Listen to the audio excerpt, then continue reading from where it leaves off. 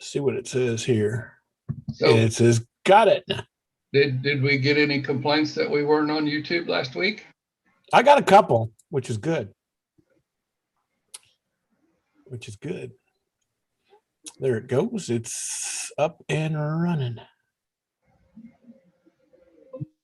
Happy day. Well, there's what, 3 mics? Do we have a full house yet? No, 4 makes a full house, doesn't it? Yeah, I don't know what it means. We're waiting on one more. Holy cow. Well, how's ASN, Mike? I heard you nice, loud, and clear last night on the DMR net. Yeah, I'm doing well. I've got a lot of questions on DMR. When I first got onto it, I felt like I was cheating on real ham radio, but I've really enjoyed it. And so now I'm looking at wanting to spend some money and get more into it, I think. Oh, see, that's it. Crack cocaine. Yeah, I get sucked into that. Crack cocaine. Good. What's your questions on DMR? Well, I really don't know that much about it. I'm getting around the little GD77 okay. Good.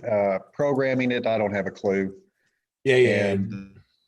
And so I'm looking at an Anytone possibly that has APRS on it, kind of thing. I'm kind of curious about that as well. Oh, if you think you got programming problems now. In the lower 70s. There it is. Mark's lows in the lower 50s. So Mark's the guy to go to then. Well, we got a lot of happy Anytone folks. That's the next. That's probably the best radio. You know, the Motorola's are probably the best, but that's probably the next step up. And I don't know anybody that's unhappy with the Anytones, but the APRS stuff will drive you crazy.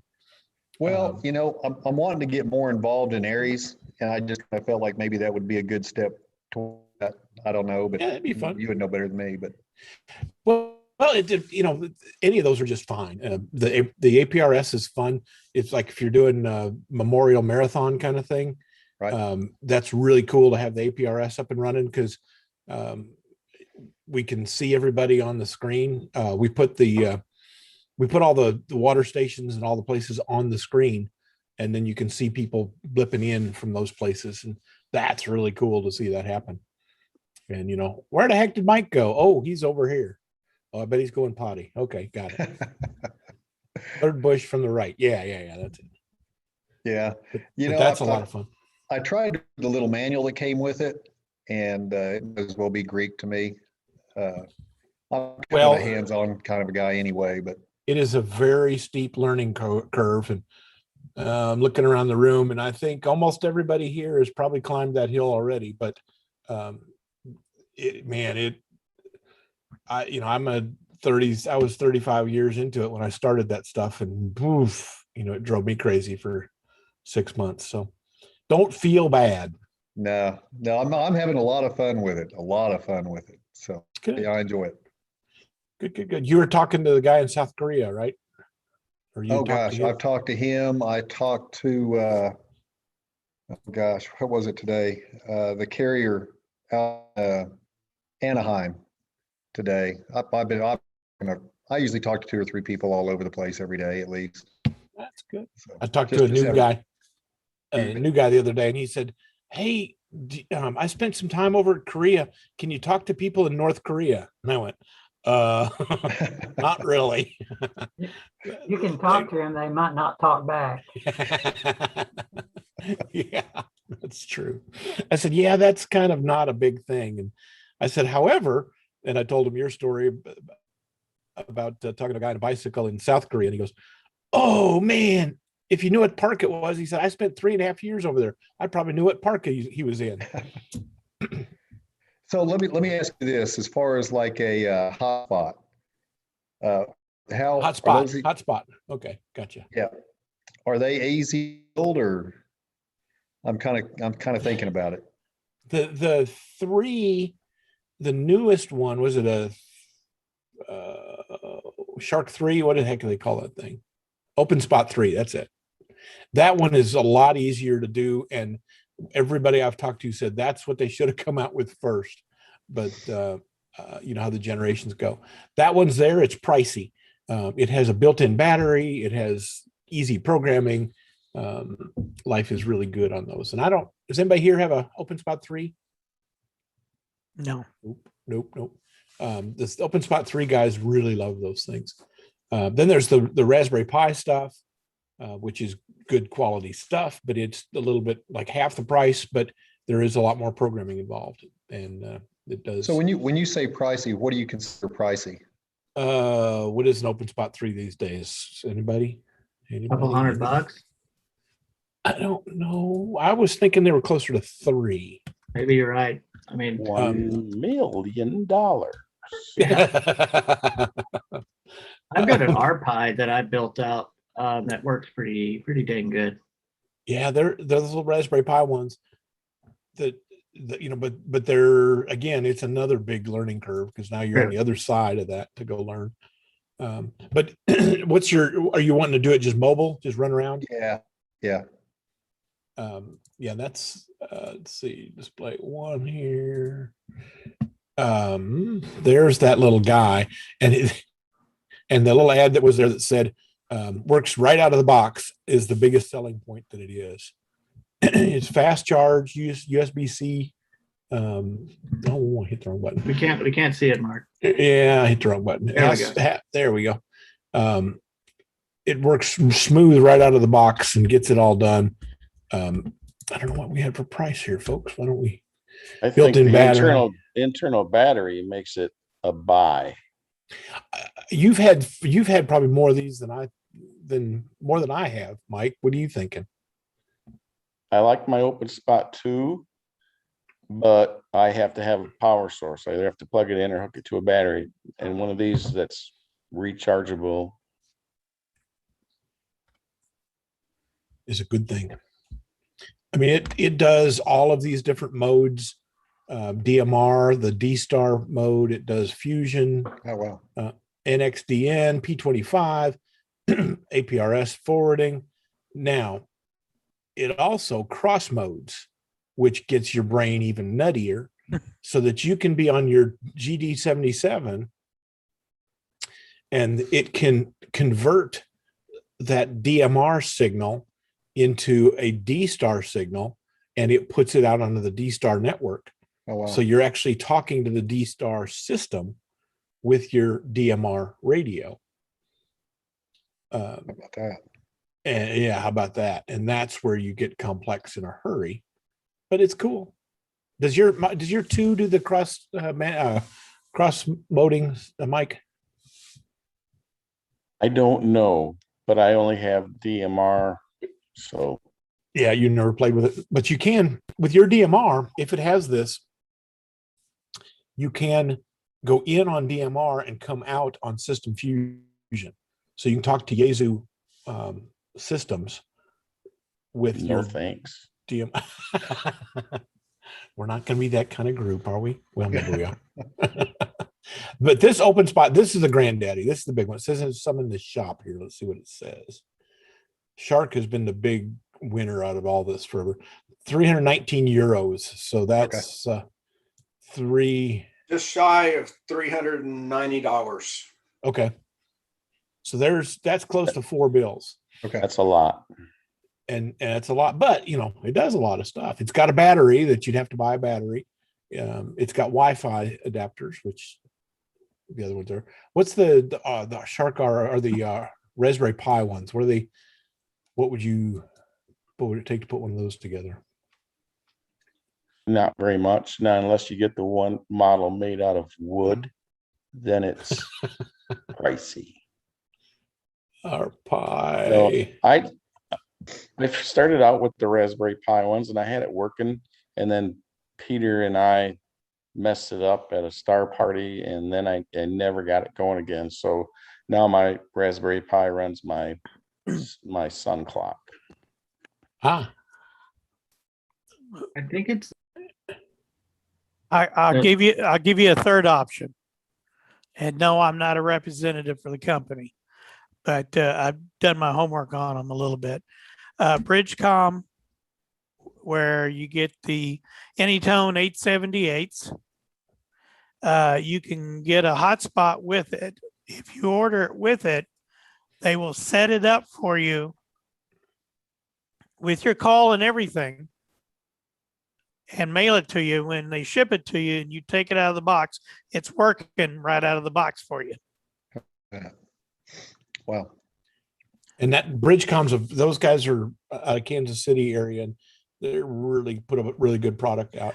Mark, what was your package that you got, Mark? I just got the 878. I didn't want the hotspot at the time, but I got the 878 with accessories. They now have that new 878-2, which is the latest version. And then the hotspot, you can buy it as a package. And like I said, if you do that, they'll set it up with your call and everything, and you just simply take it out of the box and hook it up and use it.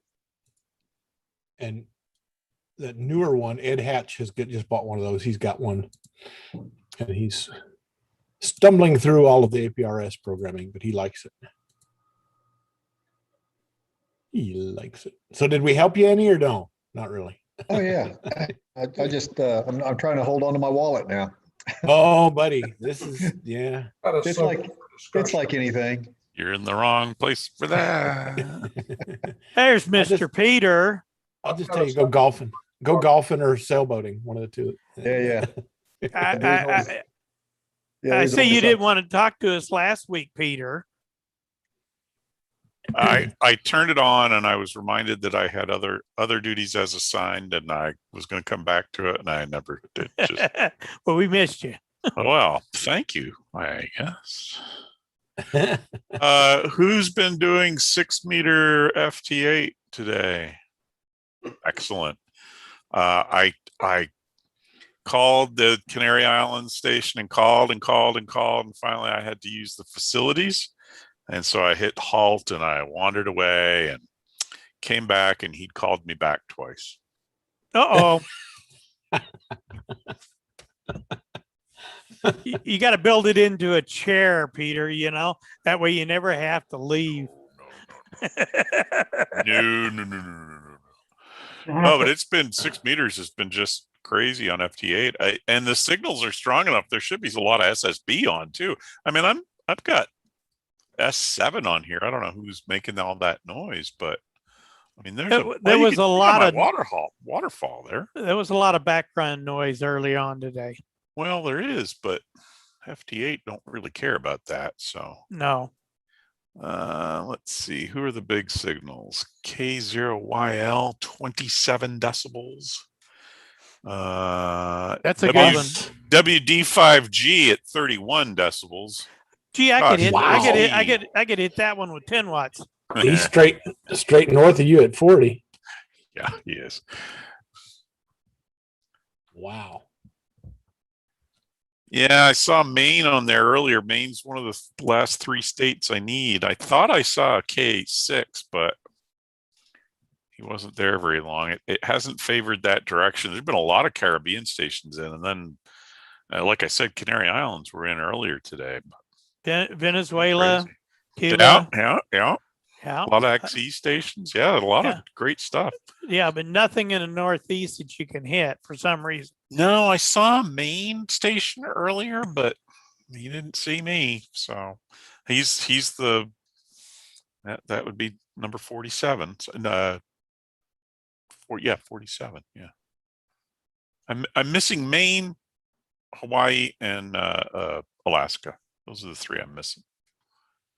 I got one in Washington State. It's getting there. It's the right direction. I didn't think I'd get him. I just said, well, I'll try him. I probably won't get him. And guess what? He came back to me on the 3rd try.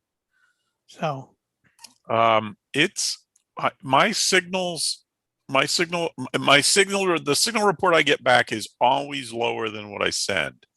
And it's, if any of you have played with FT8, that's not me doing that. That's the program's deciding that.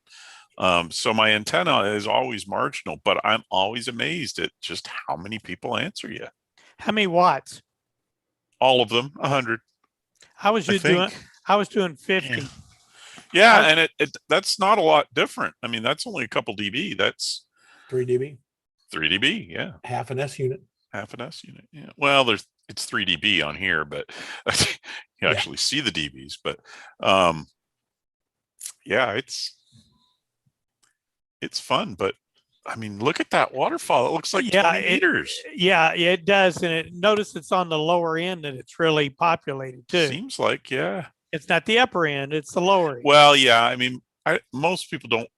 I've got my thing open here past 3,500, and really, there's not a lot usually below 3,000, above 3,000. Most of this is just artifact from loud signals. So, 1,000 to about 1,500. yeah. Oh, But they're legit signals down at 400. So I'm looking from 600 to 2,600, and it's pretty full. really is. Just because of the XE1. Mm-hmm. Yeah, it's I get why people are annoyed by FT8. I understand that. But it's still pretty cool. It is. No, It is. I don't understand why they get annoyed for a new mode coming out. It's called progress. Come on, Well, you remember right, when that's right. sideband was going to kill amateur radio. Yeah, I was telling CW Mark too. That Spark is the way to go, man. CW is the work of the devil. that. I know I probably told you all this before, but whenever Joe Taylor came out with the digital mode for EME, all these old CW guys was squawking saying we were cheating. Yeah. It does feel like cheating sometimes. I mean, I get it, but like it's what I said. I get why our people are upset, but I don't care. I'm having fun. I've got You would not. You would not hear all of how bad I got ribbed and how bad I've been hit when I talk about Echolink. Yeah. And all the older hams, and a lot of you know who I'm talking about, go, that's just computer. That's not doing radio. Yeah, I worked all states on FT8. Woo, that was a tough 3 hours. Wow. You know, it took me years Be to a get month. worked all state on 6 meters, and now people I'm not doing there it yet. in a couple of months. You know. Yeah. Not quite there yet. Let's see if I can do this. And here. I worked Hawaii and Alaska, both on CW. Yeah. My first one was VHF was going to kill amateur radio. Yeah. Oh gosh. Where's my browser gone? What's happening here? No, not that one, not that one, not that one. Not, good Lord. Well, okay. I guess I won't do that then. Can't make it work. Yeah. Are you guys using JT Alert? Yes, a matter of fact, I am. I don't. The new version 250 is only halfway there. The call sign window comes up weird, and I went on the mailing list and I said, "Hey, well, he's transitioning to .NET 5.0 or whatever." I told you. And he's not finished the transition. I said, "Oh, okay, I'll be patient," because the new call sign window is better. It just doesn't dock with the rest of it, which is annoying. By the way, the new WSJTX is up there. It's 2.4.0. Yep. Yeah, I'm still using the 2.30. I'm going to let the 2.4 run for a while before I decide to upgrade. Well, the way he does it, he does release candidates. The release candidates for 2.4.0 have been out for several months. Yeah, I've been using it. It's pretty well beaten on. By the time he goes GA, general availability, it's pretty. You're not likely to find big broken things in it when it releases. There'll be stuff broken, don't get me wrong, but it won't be big stuff because of the way he does it. Any major changes between the two? What's that new mode? Well, we got that new Q65 mode for Q65. EME. Yeah. Probably some bug fixes along the way. But that was the big addition, was that new. Oh, I did want to mention to Mark Klein Yo, about, if on WSJTX, if you go to view, there's a toggle switch in there to view astronomical data. So okay. that way you'll know where the moon's at when you get ready to. Oh, copy some stuff off the Oh, moon. that's what I never- that's for. Yeah, yeah. And, Oh, I've and turned it on by mistake. that's a toggle, you guys. So you go into view and check it. It's on all the time till you go back and uncheck it. I've turned it on they by know where the mistake, moon is. and I never did figure out what it was for. So here it is. Let's Geez, see. even lists the sky temperature. Wow. Oh yeah. You'll know where the sun's at and the moon. So where's the moon here? I think it's at minus 12 degrees. So I'm Yeah, it's thinking 104 EME right. azimuth and elevation Oh. minus 12. It's the top one there. Got it. After Okay. Time. And Yeah, minus 12 is not good for Us, EME. no. it's No. below the horizon at the moment. Yeah, at least. Yeah. Okay, we're gonna What I do like that. about that's what I like about Grid Tracker. It's got that on there. You can put the moon on it, where it follows across the sky along with the daylight and darkness. It's kind of cool. So azimuth is going to be 105, which is going to be South of east. south of east. So I'm trying to figure out where to put that and get the best view. So probably straight east is what we're thinking. Moonrise is where the best is on that. Is that the Yeah. right answer? Oh, you mean your dish? Yeah. Yeah, Yeah. yeah. Put it where you have a clear shot. Clear shot to the east is the Yeah. right answer. Whenever the moon starts coming over the horizon, you get about 2 or 3 dBs of ground gain till it gets up 20 degrees or so. So that helps when you got a small antenna. But then the advantage of when it gets up higher, you don't pick up ground noise. So Yeah, but at some point you lose the far side of the world, right? well, Where you it don't depends get on it. whether you're in a noisy location. And you wait till it gets higher and get rid of a lot of ground noise. See, I'm going to be pointing straight east from East Norman, and Yeah. I think You the got- only thing that's RF is Billy Crow over there in Have you got a Tecumseh. clear shot terrain wise? Yeah, I'm up above. I'm probably 30 foot up Hmm. where it's going to go, and the train drops off, so all the trees will be below her. So I should be good. Oh, this is cool. No, I've put this up a dozen times, cursed it Now, every time, and never now knew why. if you'll go to just a minute, let me. I'm getting this lid guy on 6 meter. Who is this guy? N5UWY. Yes, he's trying for state number 48 there. Oh, WW1L is Maine. I'm not printing him. The only thing I got was W3TI. No, N2CB is what I got. But I'm on a vertical 6 meter that's Oh, by the way, I got that 10 into foot off. CB. I got him. I'm Good. working.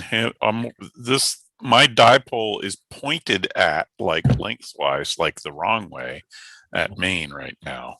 And it's an 80-40 trap dipole that kind of loads on 6. So, Uh, but I'm getting him at like minus 12 on peaks. So he should be able to hear me. That's pretty Maybe. good. Yeah. Hey, if I can do it on 50 watts, you could do it on 100. Yeah. I hope. So, Mark Klein, if you'll open up or bookmark the HB9Q logger, you Okay.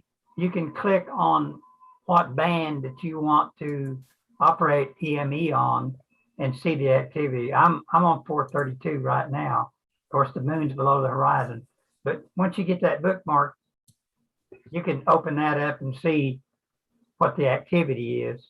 And naturally, there's more activity on 2 meters, but you'd be surprised. A lot of people are doing 6 meters moon bounce now. Oh, really? I saw a lot of what I've been reading is that UHF has surpassed VHF, and 1296 is going to be the new place, is what I've been reading. I don't know if that's true. HB, what was the call sign? HB9Q. I work him. He's probably The Swiss guy, right? he's probably about the second or third station that I worked about 10 or 12 years ago, and he's one of the big guns. Of course, he's the one that owns this website, but and he's really a nice guy. If you're a newbie, he'll get on there and help you and give you a signal and help you all they can. And there's several big guns that I guess you have a picture of his dish there. Yep. He could probably work the moon with 5 or 10 watts with that dish. You would think so. Well, I'm gonna beat that. My dish is better than that, so we'll see. And We'll see. I did a little bit of research on a feed horn for you, and there's one where a guy uses a loop in like a pan. It would be a simple thing to build. So you Very might good. Google some of that stuff. Yeah, I've done a lot of that. What I've been chasing, and I started to write a email to Ray Novak last night, but the 9700 has a stability issue at UHF and above. Yeah. And there are Yeah. like 3 or 4 different ways to fix that, but I want to know what ICOM's suggested fix is. Yeah. And see if they're gonna. Doesn't it have a 10 megahertz input? Yeah. Okay. Here's the fun part. It has a 10 megahertz input, which is wonderful, except all that does is run the calibrator. It does not lock the frequency. That's not much help. There you go. That's Well- the words. I wonder if that's firmware addressable, given how much software's in that radio. I don't know, but it is what the guys that I've seen are doing is they just take a local oscillator at 49, or take a 10 megahertz that drives 49, whatever it is, 49.5, that's really accurate. And then they just blast it down on top of the circuit, and they basically overload the signal that's in the radio, and run their own clock on that frequency. But Well, again, this is why people use Elecraft K3s Yep. and transverters. Well, I mean, that's what I've been looking at now, is that if you want to, especially if you want to get on 1296 eventually, I do. you need to buy a used K3. Yeah. Stop and think. It has a transverter output, and Yep. you're putting out a milliwatt, and you're not even, the final in the K3 is not even turned on when you're doing that. You're not generating any heat inside the K3. Well, I've got this Flex, and it has a transverter output. Yep. And I don't know what its stability is versus the K3. Is that the 5,000? This is the 1500. The 1500. Yep. Yeah, they're not very stable. Okay, there's that answer. There's that answer. And Peter, did you see the VE4? Yeah, I've already worked him. Okay. It's that WW1L I really want, and he's not answering me because he's in Maine. Yeah. WW1L was -12 here. Yeah. And my antenna is pointed toward Norman. So he's off the back of it.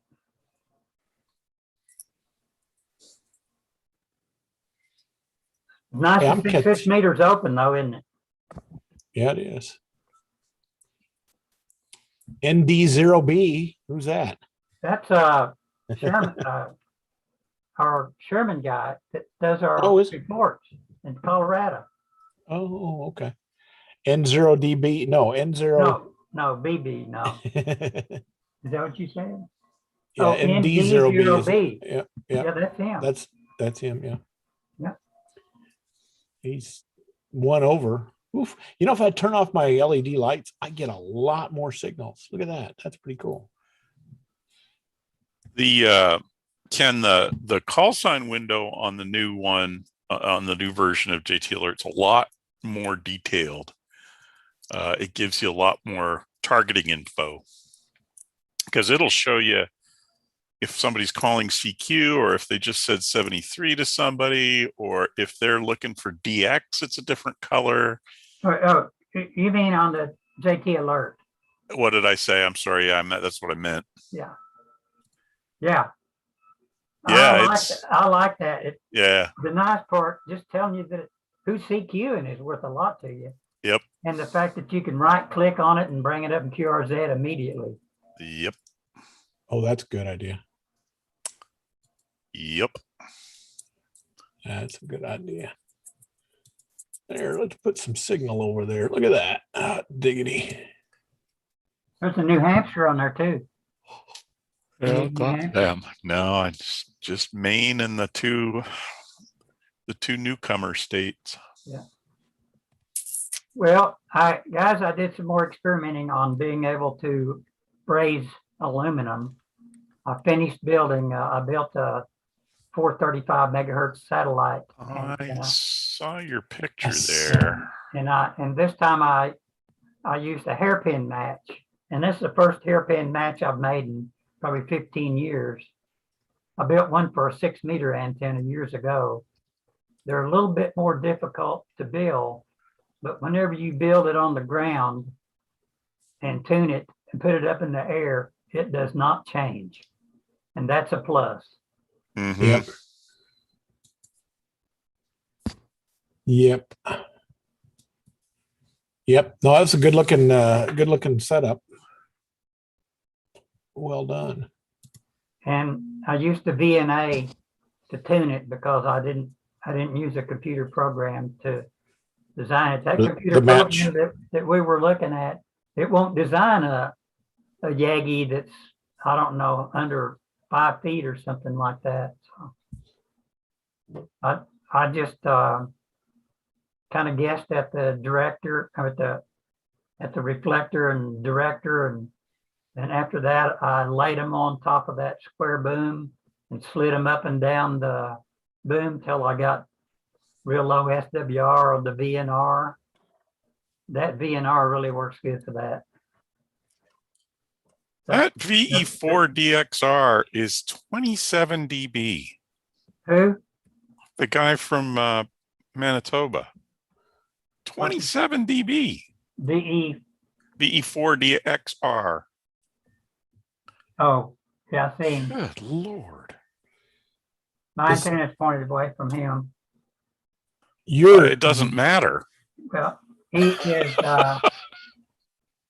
I lost him now. He scrolled off the screen. Peter, you're 24 to me on my vertical. Let's see what you do on the horizontal. Nope. 28. Yeah, and this guy, the Manitoba guy, is hitting me at 27. Yeah. And he's further, he's not in Norman. You understand? Yeah. That's I Canadian. see that. Well, I know they're Canadian. It's metric dB, but still.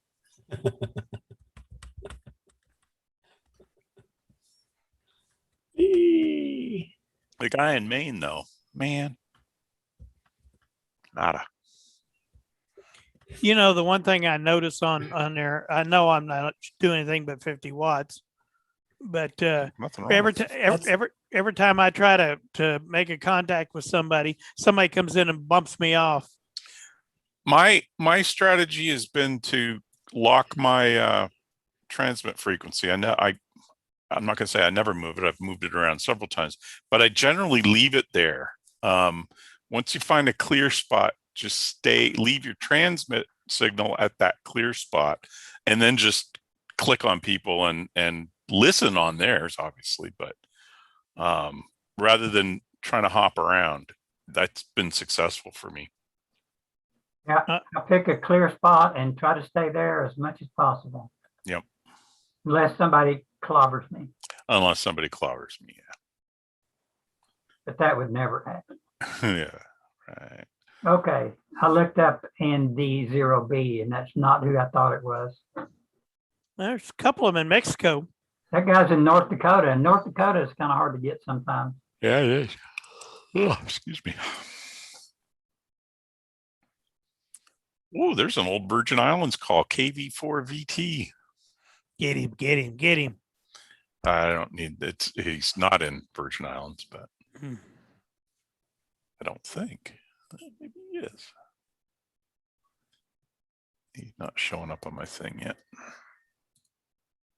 Well, my new little 432 Yagi, I welded all of the elements onto the boom with brazing it with aluminum rod, except for the driven element, and it's insulated from the boom, so I couldn't do it. But I was surprised. I got the job done. I used one stick of that aluminum brazing rod to do the whole thing. So that's kind of encouraging. And I didn't screw up too bad. Boy, that thing is No, light as a it feather. looked- Here it is. I would imagine. Well, we'd have figured you'd already had it up in the air using it. I just welded the elements on there today. Okay, pushing that, rotate it 90 degrees towards you. That vertical, that insulator that you got, that white plastic, putting that a 1/4 inch out of the line of the others. Is that enough to give you trouble? No, you'll never know it. Okay. I saw that in your picture. I thought, I gotta ask Yeah. him. Because that would drive me nuts. I am just amazed at how light this thing is. And whenever I laid these front elements on here and slid them back and forth until I had the SWR down to 1.024, and the return loss was like -50 something. And then after I got it all welded up, it didn't come out as good. I must have moved something, but it's still 1.102 to 1. So I'm satisfied with it. Are you? And it's pretty broad. I'm amazed. Are you going to put caps on all your open holes? No, I'm going to leave them open so the water will drain out. Makes sense. Yeah, I wouldn't. Yeah, I wouldn't. I never did understand why people. I guess if it gets in there, it would change the dielectric of it a little bit. But I'll just point my Yagi up in the air a little bit, and the water will run right through the boom. Hey, Ken, What what is- frequency is that? 435, which is the downlink for most satellites. Cool. Sorry, I was late to the party. Looks pretty oh cool. no, That's exactly what I want to build. But I don't know if we can see the whales or not. I can see Sure. the. Yeah. Kind of in focus there. You welded aluminum. Yeah, that's brazing aluminum. See, that one I did pretty good on. I did pretty good, except when I got back to, I guess it was that one right there. I messed it up over on the right side. It wouldn't stick, and I kept trying to do it, and it just kept getting worse. And it's really Don't show that rigid. one.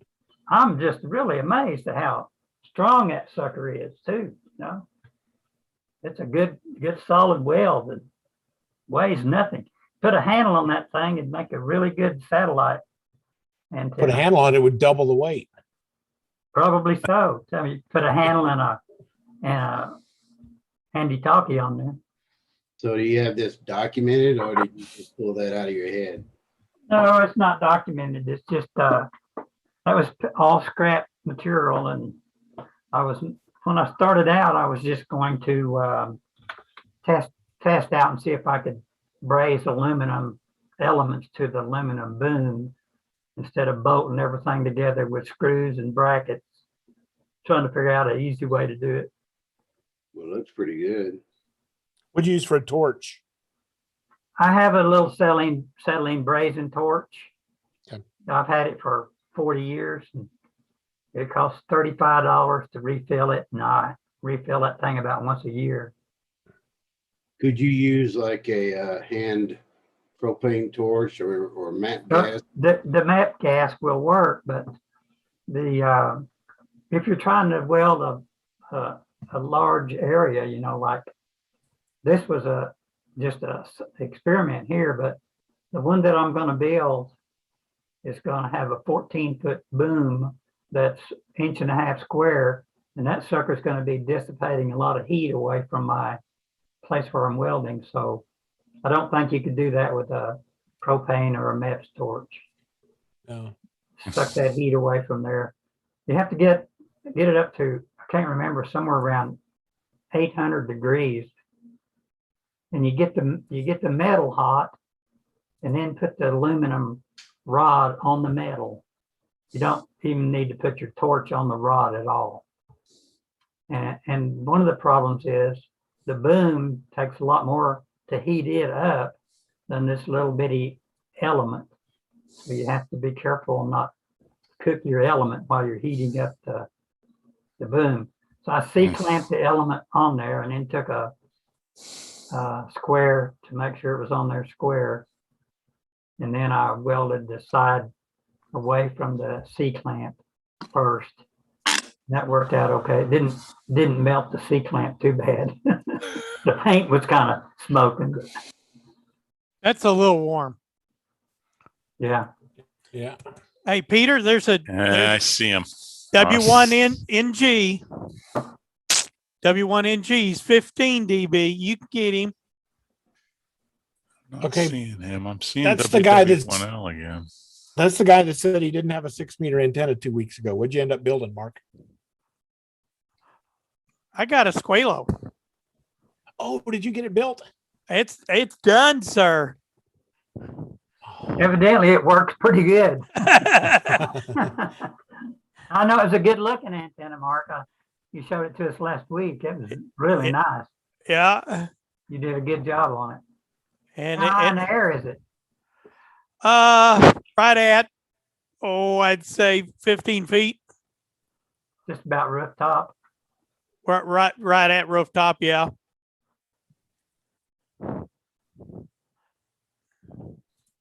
So did you mount it on the roof or on a pipe on the roof? Or how'd you Yes. mount it? Yeah. I just stuck it up on a vent pipe on the roof to try it out. Good Quick. job. I figured later I'll put me a pole back there behind the house and move most of my antennas on it because I really want to run that 10-meter inverted V off of that pole. You got your general. Yeah. Last session. Yeah. Okay. Yeah. Yeah. Now Okay. Yeah, Look you out signed world. off on it. Here, I'm Okay. challenging you. No, it's fine. Look out, world. Here he comes. Next week. Next week, Mark. Yeah, Next you're week- coming back no. for extra, right? No, What? no. You can't stop now. But I did look at it. Well, the nice thing about getting the extra, Mark, you don't have to worry about being out of band. Right. You'll never have to take another test again if you don't let it lapse. Yeah, that's true. Well, let's see. Really. No, Wayne, I looked at it and my calculator smoked. You don't So, need a calculator. yeah. No, Well, I just have to memorize a lot of numbers. Calculators are cheap, yeah. I have a question for XHD Mike. Are you alive over there, Mike? No, apparently not. Yeah, he's muted. He's muted and doesn't know. Okay. There he Yeah, goes. I'm unmuted. I heard you. Mike, you said that you ordered a new radio, but I never did find out what kind you ordered. Well, I copied Mark I ordered a 991A. Fantastic. Mark, Too bad how you couldn't get a good radio. Mark, how long did it take you to get yours after you ordered it? From DX Engineering, about 7 days. Oh, well, it's a 30-day wait now. Wow. Wow. Coronavirus.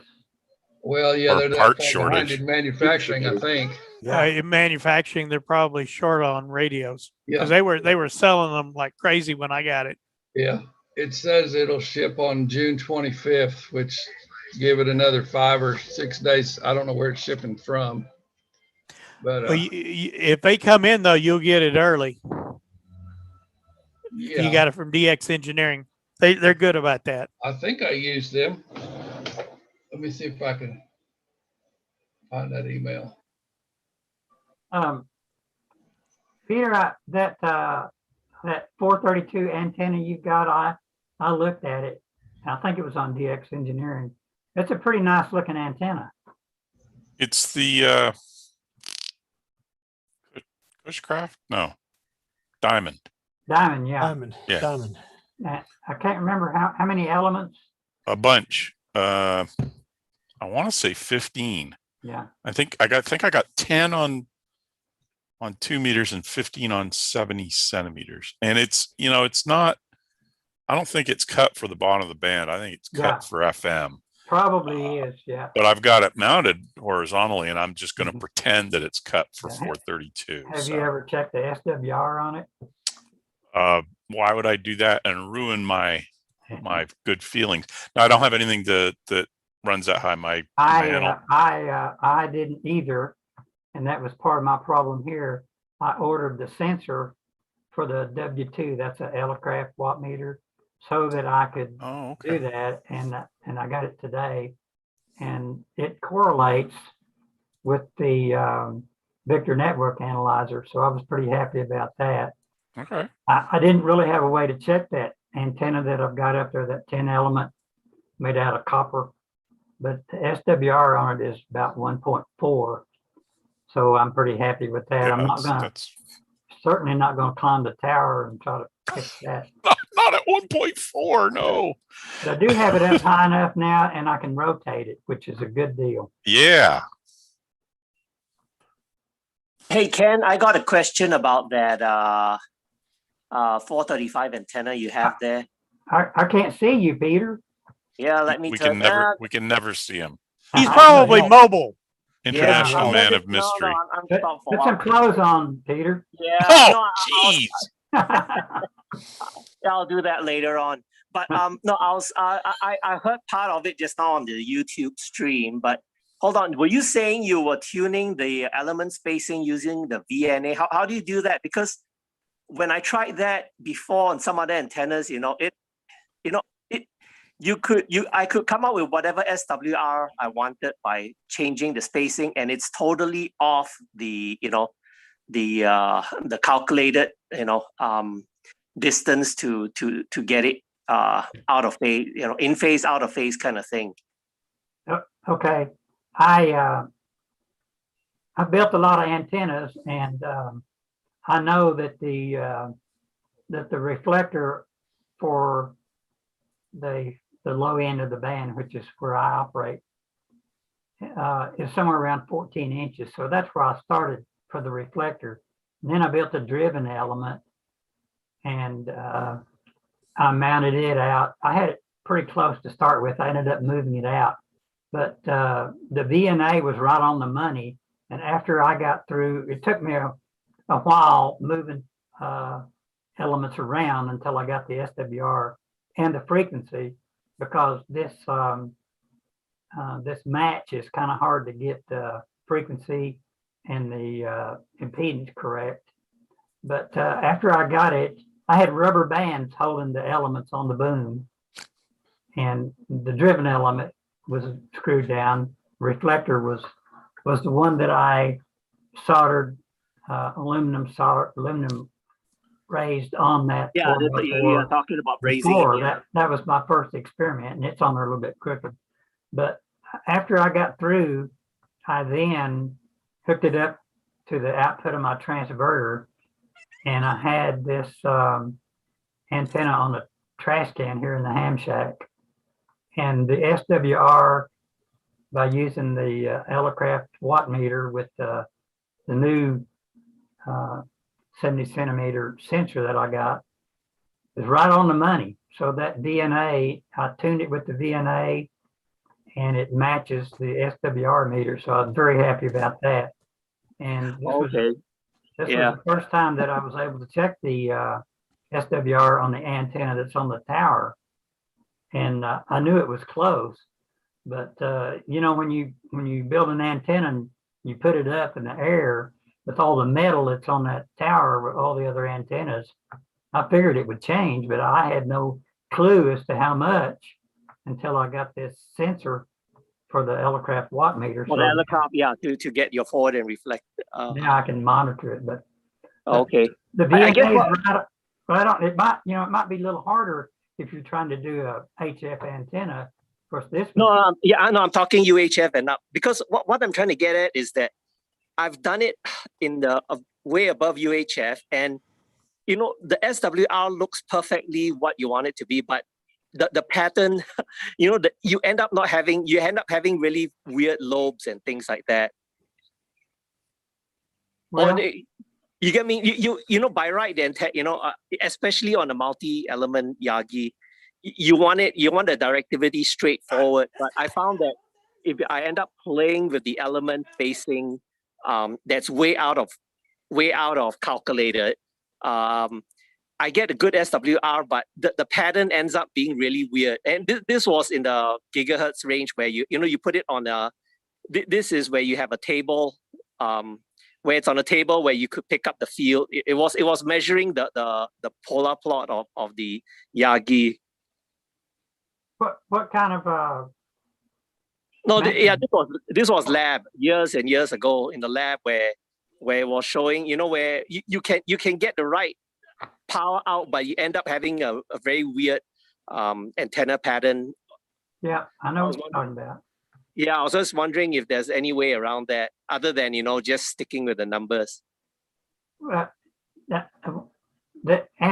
UHF antennas and up hardly ever come out the way they're calculated. Okay. Too many variables. Okay. Yeah. So unless you actually put it in some test setup to yeah, where you have that 360. And how many of us have a field range set up? Yeah. This is a lab set. This was just a demo lab setting, you know, where you could pick it up, and then it just went up to 4 elements. It's in the, I forgot the frequency, but it's in a 1 point something, you know, it's in a 2 gig. It was small enough so that they could get a reasonable far field pattern. Okay, so basically, as you said, you get your driven element, and then you put the director, and then the rest of the reflector was hooked on from experience from the other antennas you built, and then the director put that on rubber bands. So do you end up like putting one and, you know, put the first director on, get that tweaked correctly, and then put on the second director and then get that tweaked? Yeah, you just have to get it in the ballpark because it changes when you add another director. Yeah. So when you add the second one, do you change the second one, or you end up kind of, you know, it's like tuning a I guess it's, you know, it's like tuning a fan dipole. Every time you tune one and then you cut the other one, you got to come back down. Yep. But okay. That's why I put it on with rubber bands so I could slide it up and down the boom. Okay. And I'm using a hairpin match, which is kind of unusual, but I wanted to do it. I haven't done it in a long time. But it's a little harder to build than some of the other matches, but it's pretty good. Neat. Thanks. Yeah, I have a question. You're for welcome. you antenna gurus out there. This is totally hypothetically. So just tell me if this will work or not. Let's say you're going to build a dipole, a horizontal dipole, just say 40 meters. And you have the wires oriented north and south. Then you take a second 40-meter dipole and put it on top with the wires facing east and west. Does that make that antenna omnidirectional, or does it just totally screw up the lobes with a common feed point?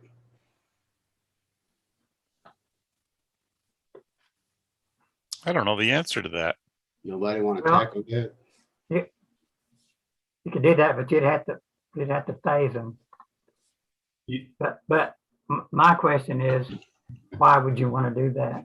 I'd make it so Said you it was can totally switch. hypothetical. Well, You'd want to switch back and just forth. what Mike is saying.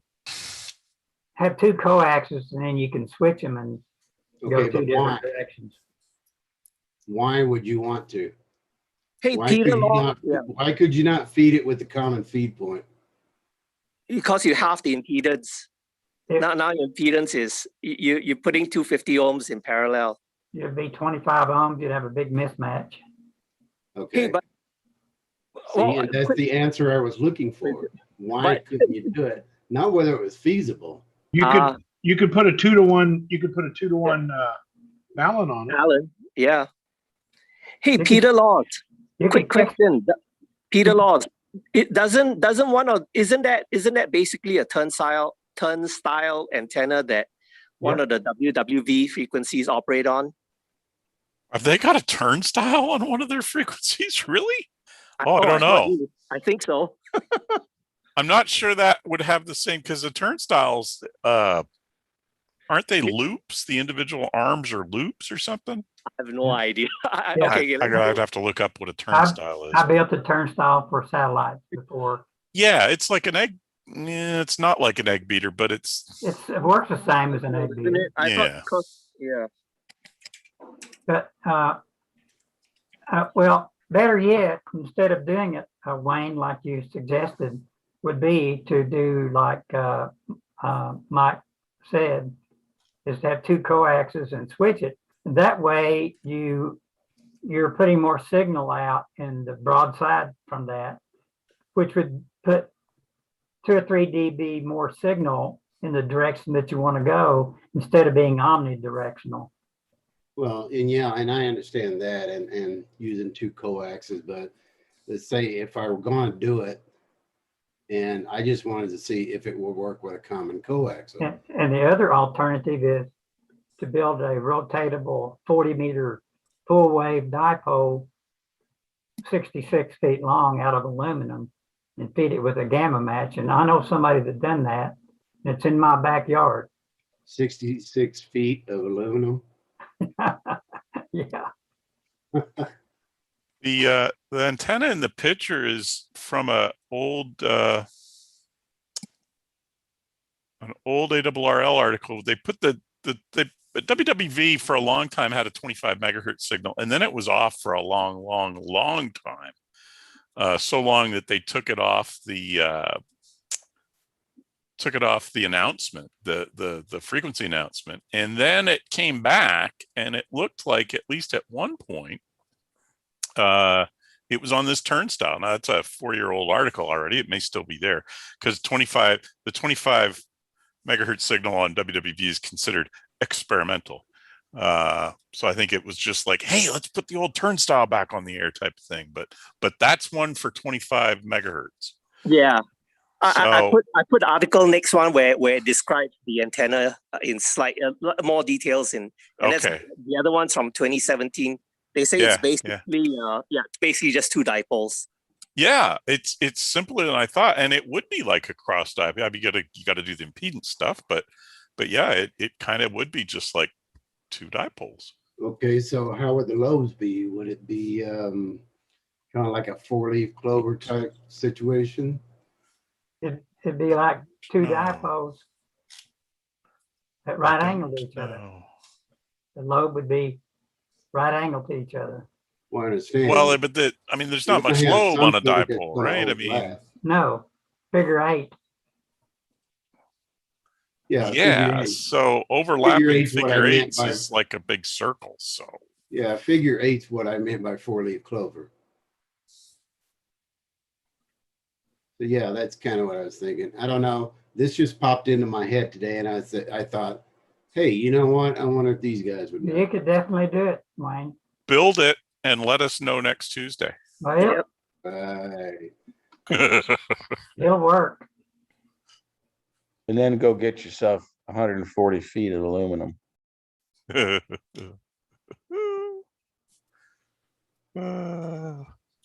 Well, bail, guys. Thanks a lot for the fun. Hey, man. Yeah, Good to you see didn't you. stay Mike, very I got long, a Mike. question for you. Hey, the snow let up yet? It was 80 today. Nothing Oh. like you Wow. guys, but it's Okay. humid. All right. That's what we're gonna have tomorrow, 80 and humid. Yeah, and storms coming in Thursday, about when we're leaving for a vacation. Yeah. I did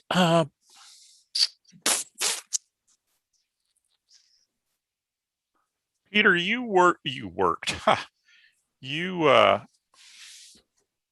You caught WWV one day a couple years ago on all 6 bands, right? Yep, and I got a card from them. Me too, finally. Actually, 2 cards, 3 bands on each. Yeah, Back okay. in January, I copied them on all 6 Ooh, bands. I was so nice. excited. And where is it here? Somewhere here. So I how do you also get did. a They sent me a QSL? nice brochure. This was the WWVH guys, and I got them on one band that same day. So Oh wow, nice. yeah, I was pretty excited. Okay, you got the H. Yeah, I haven't sent anything for the WWVH. I sent them. I sent it to the only address that I found, and I told them I'd heard them on all 6 bands, and I said I also picked up your Hawaiian friends on 15 okay. megahertz that day, and they must have passed it along. I got 2 separate envelopes in the mail a couple weeks later. So does it say shortwave listener on it or what? Well, yeah, I mean, I didn't work them. Well, I know that. I'm not allowed to transmit on those bands. No, you're not. So does it say? No, it says reception report. Oh, okay, good. Yeah. Yeah, they were pretty neat. I actually what I ended up A serial number on this one, on the WWVH one. I got it via emailing them, and then I emailed them the audio file as well, just to let them hear while I sequentially tune through 2.5 to or 5 to 25, 2.5 to 5. Pretty cool, man. Yeah, that was fun.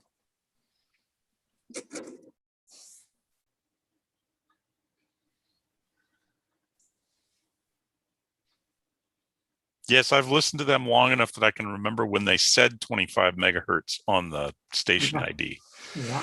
That's been a long time since they did that. And they still don't. They didn't change that when they put the 25 megahertz back on the air.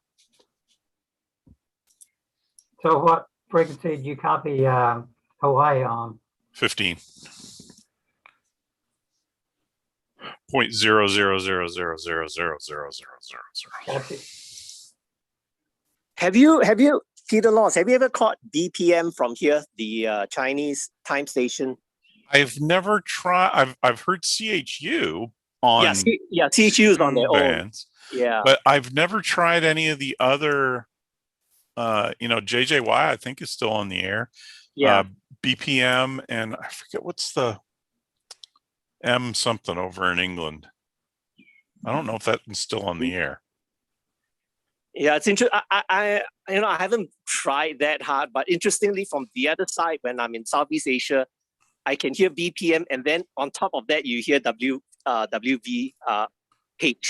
once in a while. On the same, either 10 or 15. Does BPM QSL? Because that'd be a. Oh, you know what? No, I don't. Yeah, I'm sure they do. That'd be a much more interesting QSL. And I mean, I like the WWV card, but lots of people have WWV cards. I don't think so many people have BPM cards. And then, as you said, I think the WWV card you're telling me it's I don't know how many they printed, but it's probably a stack from when they printed back in the 80s or 90s, right? Or 70s. Yeah, I noticed that too. I'm not complaining, but yeah. It's XE2AT just decoded here on 6 meters. I've worked him on 2 meters moon bounce. Oh, wow. Years ago. Man, Ken, when those guys are working moon bounce on 6 meters, they must have a pretty huge, the antenna's got to be pretty massive, I presume. Yeah, everything gets bigger and harder when you go down to 6. Yeah. They're running that M squared 6 meter, I don't know, that thing must be 6 or 8 element. They stack a couple of them things, or they use 4 of the 6X5s, which is a 5 element on an 18-foot boom. They stack about 4 of them together. Imagine what a monster that would be.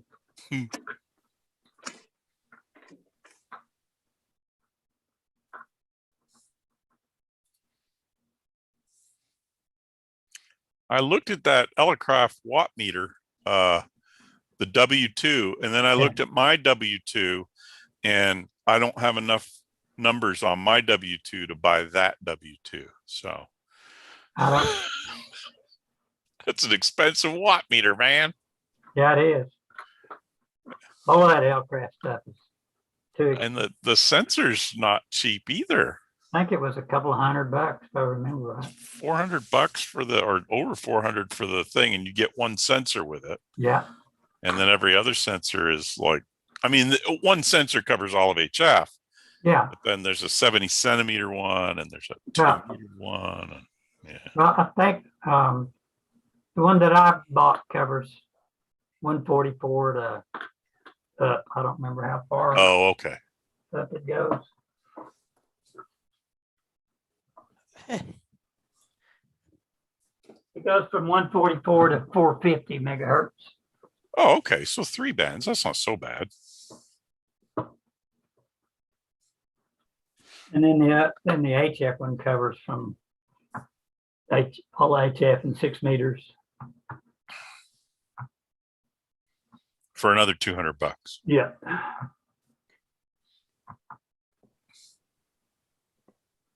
It's all only money. It's true. That kind of money, for that kind of money, you could almost buy 3 Daiwa cross needle meters. Yeah, you could, but not quite the same. Oh, I know. Fair enough. Well, and if you've got a K3, it plugs into the K3 and does some magical thing, doesn't it? Oh, okay. That gives you 40 dB gain. What? No. No. Peter, I switched over from 6 to 40 and got two of them back to back. Very good. Keep going. 40 is really busy, mainly, which is weird, mainly in the southeast. 6 meters is still open. 6 meters. That's 6 meters on my screen there. That's crazy, man. It's interesting some days when the propagation disappears, because all of a sudden your waterfall keeps going, except there's no little orange dots or yellow dots anymore. It's just gone. Hey, Ken, are you going to try to do moon bounce tomorrow night? On 432? Well, on whatever frequency, because it's some kind of special supermoon eclipse. No, eclipse doesn't really have anything to do with moon bounce. If you're going to do meteor scatter, you need to do it. Well, it helps if there's a big meteor shower going on, but you can do meteor scatter anytime. There's meteors up there all the time. You just can't see them.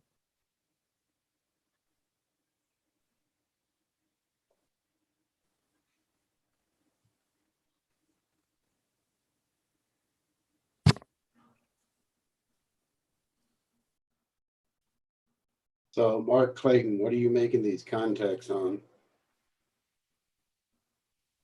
I'm using the 40 meter is an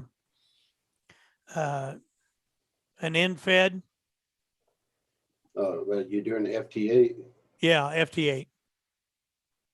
So are you practicing for field day? Oh yeah, I even got the field day program to work with WSJT today. The logging program? I did. I got it to synchronize with it today. Fantastic. Awesome. You're in charge. No. You know more than we do. I'm just going to do the digital part of field day. Well, I know nothing about FT8 except I can watch it. You should be able to. You should be able to work FT8 if you can watch it. Well, I should, but I just haven't got out there and done it because I don't quite understand the whole exchange thing yet, and I haven't read up on it yet. It's mostly automated. Well, There's actually a guy, a ZL, that has a really good guide to FT8 that I read before. Usually I just jump right in, but I read this before I jumped in, and it was actually really helpful. And I'll dig that up right now and send you the link. I usually read that after I jumped in. Yeah, that's my usual MO too, but I didn't this time. And you go in and make the mistake and say, well, what did I do wrong? Just double click on that call sign, that guy you work for, and go for it. Hey, I guys. did sit here Sunday and was broadcasting Whisper for probably, I don't know, 8 hours or so, and watched. It was interesting watching it on the map, the propagation change during the day. Yeah. 40 meters, it was mostly domestic. And then as it was getting later, I started hitting Europe and going off that way. And the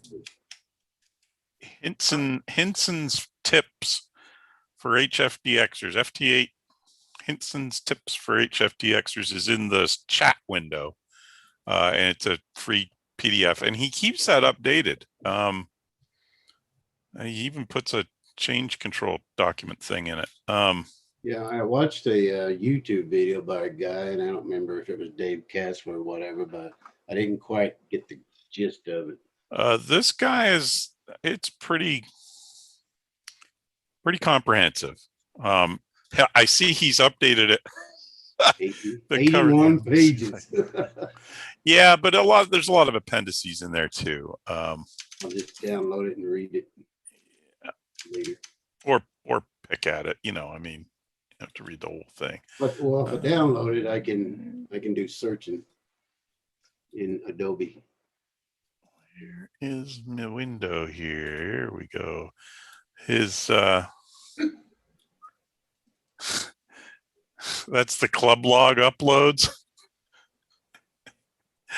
FT8's kind of eating the world. Yep. I mean, that's because it's easy. Kind of impersonal. Yeah, and I get why people think that, but it because it's true. Well, it is, but it boils it down to the essence, right? I mean, you get a reasonably accurate signal report. It's not a made up signal report. So the software calculates it. You get the location signal report.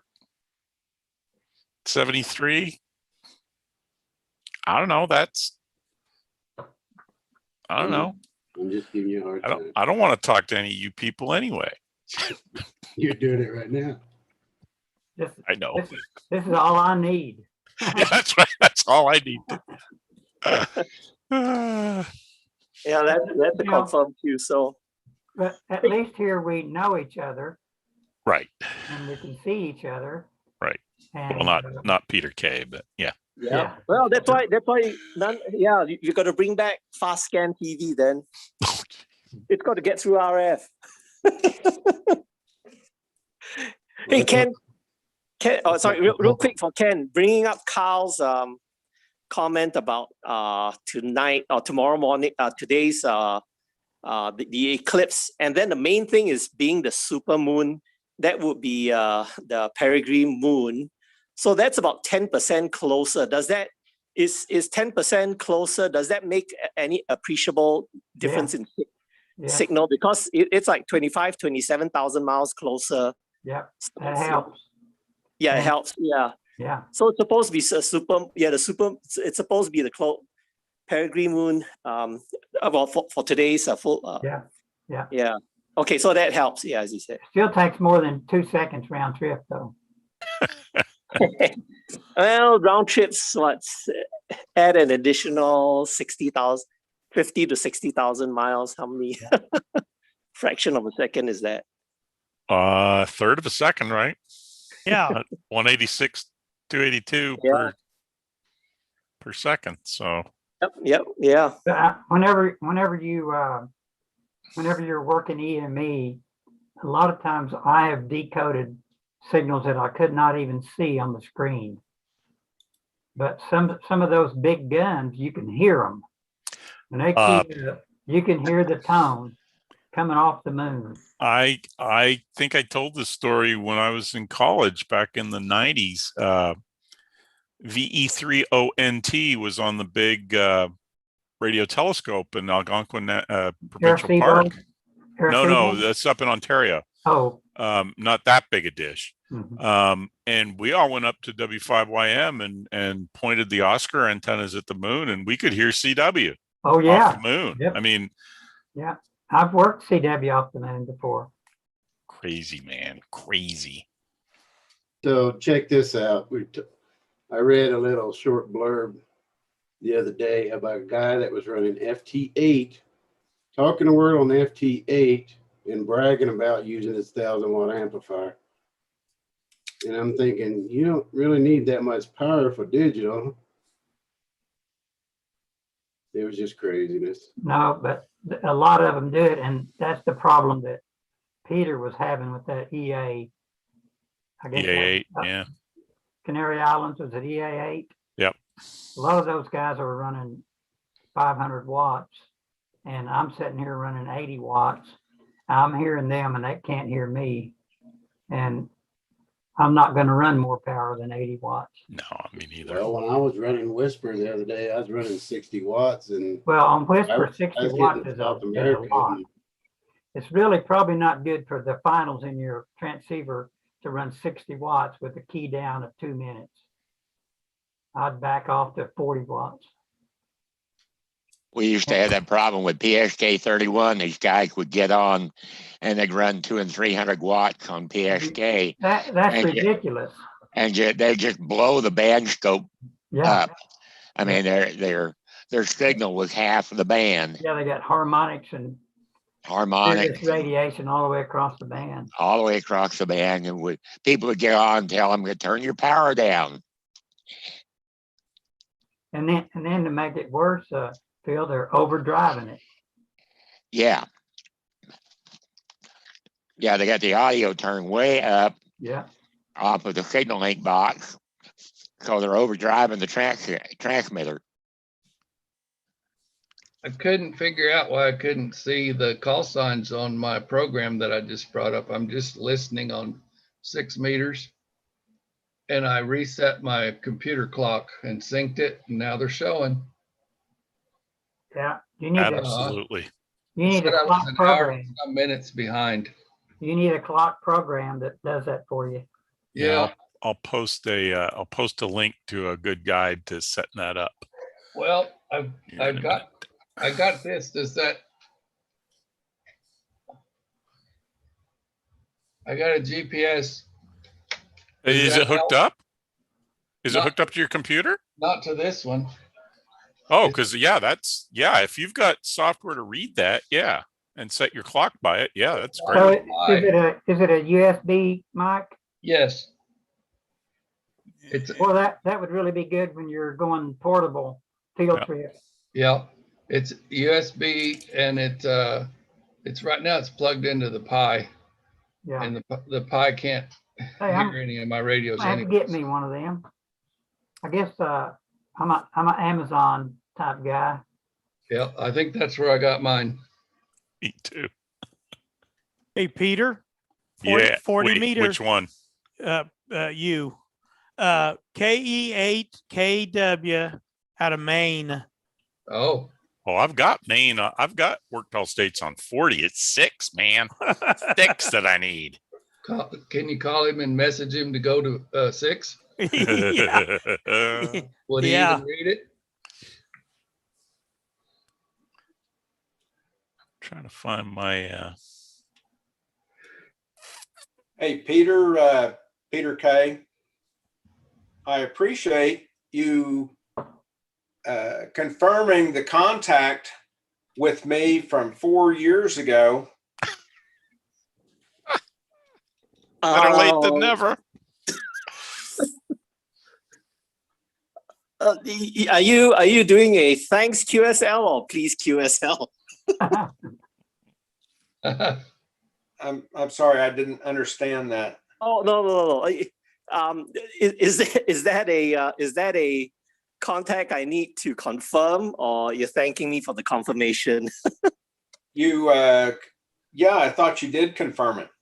Okay, yeah, I'm way behind confirmations by years, including uploading to a bunch of places. Yeah, apparently so, because that was from 2017. Okay. Yeah, 20 meters on 2017. Oh, I think that's the one when I was out by the Panhandle. I put in the chat window, I put GM8 ARV's guide to network time protocol, and it's a step-by-step that'll let you set up network time protocol so your clock will always be right. It's got some Raspberry Pi stuff up there now too. That's interesting. Anyway, that's in the chat window thingy, doohickey. Yeah, time, very important. Because basically, Joe Taylor cheats because he knows, you know, it's a very rigid 15 on, then 15 off, and then 15 on and 15 off. And the QSO format is fixed. And so some of that stuff, he's playing the percentages, figuring it out. Because he knows it's not going to be my rig here is an icon. He knows that's not going to be there. He knows it's going to be a call sign in this block. He knows it's going to be a signal report in this block. Well, it's just that timey-wimey stuff. Yes, it's all wibbly wobbly. He knows how to do it. He does. I think, now I've not played with anything but his FT8 protocol, but I think his other protocols are, in terms of the data, it's the same stuff, right? Call sign, signal report, 73 type of thing. Like if you do MSK 144, isn't it basically the same stuff? Yeah, Pretty much. yeah. Well, Peter Laws, weren't you watching paint dry during the JT65 days? No, I never bothered. Oh. Okay. No, I played PSK 31 a little bit, but I just not his JT65 paint dry, watching paint dry. Yeah, no. I never played with WSJT anything. In fact, I don't even think I installed it until FT8 came out. Okay. One of the programs I really liked was JT9. It was a very narrow bandwidth, and it would just go right through noise. And that's what I worked, the first time I worked Australia on 630 meters. Was JT9. Using JT9, yeah. Which is a 1 minute key down, like Whisper. Is that still pretty popular on the low bands? Nobody's using it anymore. They're using the new stuff. Are they using FT8 or are they using even newer stuff? No, the new stuff. The Q whatever? No. Well,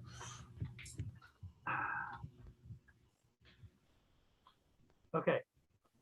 They got FST4 mode, and the FST4 mode, you can do a drop down on your WSJTX and see them.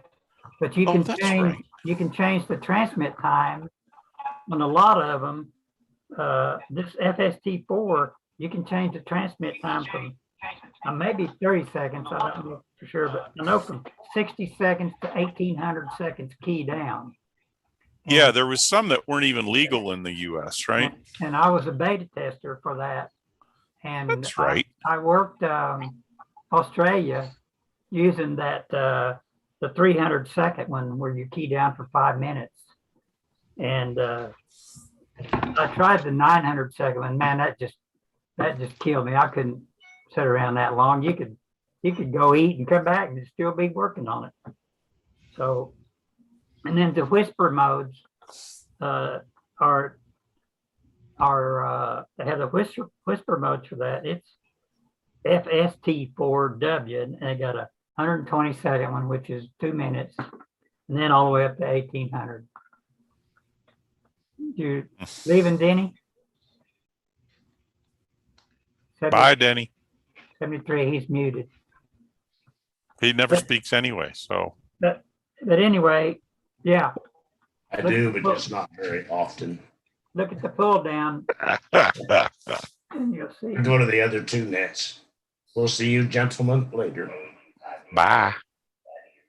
Okay. I see Mr. Skaggs there too. Hola. Hola. Did you get that thing I sent you about Doug? I did. Okay. If it wasn't 750 miles away, I'd be there. Yeah, I kind of wondered, but I should send that out, I guess, to the, if I, that'd be something for the newsletter.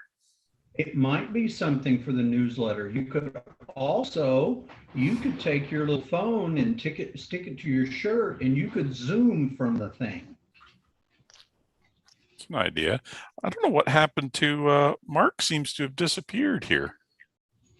Well, he was here when I. Oh no, he's there. No, he didn't have his frame on, and I got confused. No, he's there. Oh, there he is. Looks like he's looking at the light.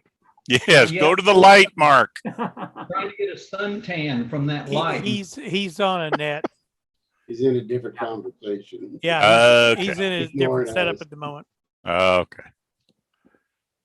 Yeah, they're going to have a memorial for Doug Forsyth at the Weather Center in August, and I will send that. It's too late. Well, it's not till August. I'll send that along to Mark, and he can put it in the newsletter because there's probably some people that would want to go to that. So, well, I have a question for the group. Does there anyone know of a satellite that has a CW beacon on it that I can try to copy with my little satellite antenna? I've been off satellite so long, I don't even know what's active anymore. yeah, it changes a lot quickly too. You know, I think FO20 is still up, and I think it's got a CW beacon now. Whether it's on 432, yeah, I'm not sure. See, I used to work FO29 a long time ago, but I found out it's inactive now. Yeah, there's for reasons I won't go into. I've been off satellite for a while too. Let me dig up. There's a guy that a JA that maintains a nice list, and I'll post that if I can. And I'm sure there's probably some new satellites up. Oh, tons and tons. So, Mark Clayton, what satellite do you work on FM? I used to use the AO91. That's the most popular. It's the ones you hear most people on. Yeah. You can usually get it 3 or 4, 5, 6 times a day if you're lucky. AO91. Yeah. Okay. That's the most popular. They used to have one. It was a 51. Yeah. That's a while ago. Yeah. Yeah, and it doesn't. It's not working right now, or I guess it quit. Yeah. There's another one out there, FM. What's that feedback? Is that just me, or is that? No. No, every time somebody says something, it echoes through Gary's microphone. Who, Skaggs? It's Skaggs' fault? Is that what you're saying? Yeah. I'll fix it. Okay. There is, can I just put a list of satellites? That guy keeps that list up to date pretty well. It's got all the old ones too, but he marks the ones that are active. There's also you want to, as far as satellites, I wouldn't call it a satellite. I'd just do the International Space Station's repeater setup. Well, but he's looking specifically, I think, for CW, aren't you? Or do you care? Well, it could be any kind of a beacon. Oh, okay. I don't think the space station has a beacon. I don't. No, think they don't. No. And Mark Clayton, I can't do FM. My transverter's at the low end. Oh, both ends of it, the top end of the band. okay. Oscar 7's alive, you know. It is? Is it yeah. it's still alive? Are you sure?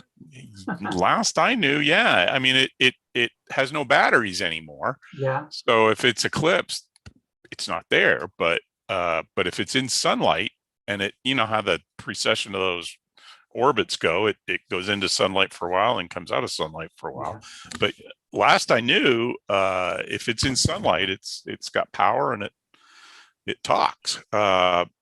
Because it did have a 10-meter beacon. Yeah. Is that That's the one not that what the you want. batteries shorted out in or something and finally opened up? Or Yes. After, yeah, I mean, they died and it went away in like 70s or 80s. Mm-hmm. And then like 2000, 2002, they finally opened up. And so the circuit was active again and started putting power to the radios. I used to use this program called Orbitron. You ever heard of that? Satellite tracking program. Yeah, when I was in college, we used Instant Track, which was not all, it was a DOS program, but it was all 16 colors. So it was actually a pretty good program. It had a TSR to drive our rotator. Oh yeah. I think Orbitron does too. Yeah, but did it do it in DOS with a terminate and stay resident program? Probably not. No. It's probably a modern program. Well, it's a lot more modern than DOS. Let's put it that way. Yeah. I don't know what I did with it. It's in here somewhere. I bought a Satellab off eBay with the, you turn the thing and it shows the orbit. Mm-hmm. Somebody was selling one on eBay and I thought, oh, that's too cool not to have. I'm gonna go look for that because that's pretty cool to look at. I'll turn my thing off here. I'll be back in a bit. Okay.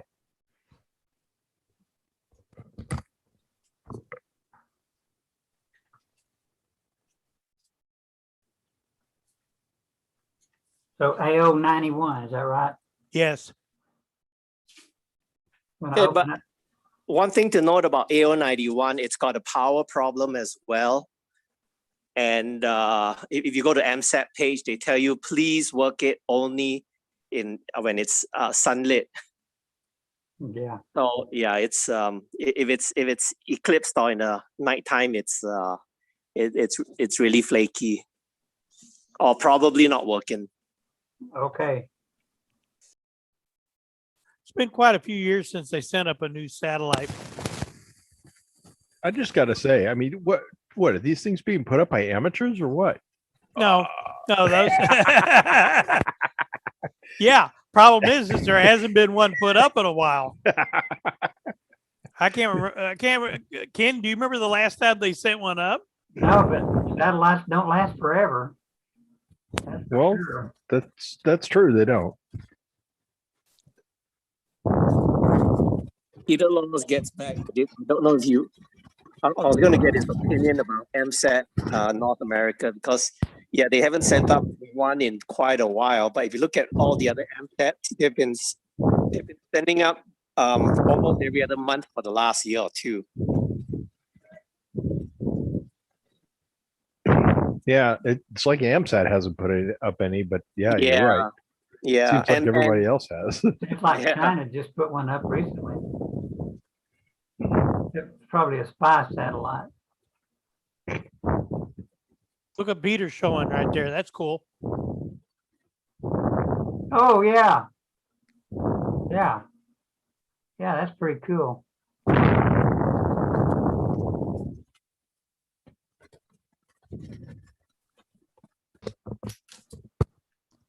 That predates computer stuff by many, many years. Yeah.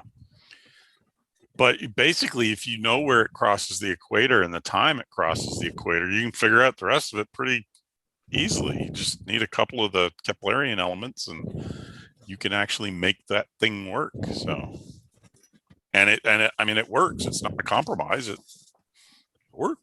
You cannot connect this to your computer. It does not support USB. So it's serial only then, right? That's right. RS-232. Exactly right. Copyright 1976 by AMSAT. Yeah, that's a Some of the angles That's a of relic. that look like a banjo or a tambourine. You're breaking up there.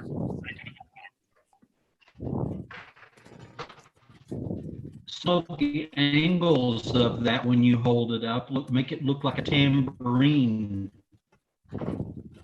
Yeah. Not that.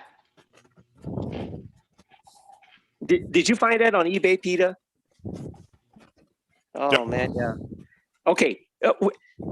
Setting aside personal opinion or whatever, I didn't know if you're back or not. So no. So MSAT's Fox series seems to be okay. It's partial. I won't say it's a dud, but any idea when the golf series is it's nowhere near.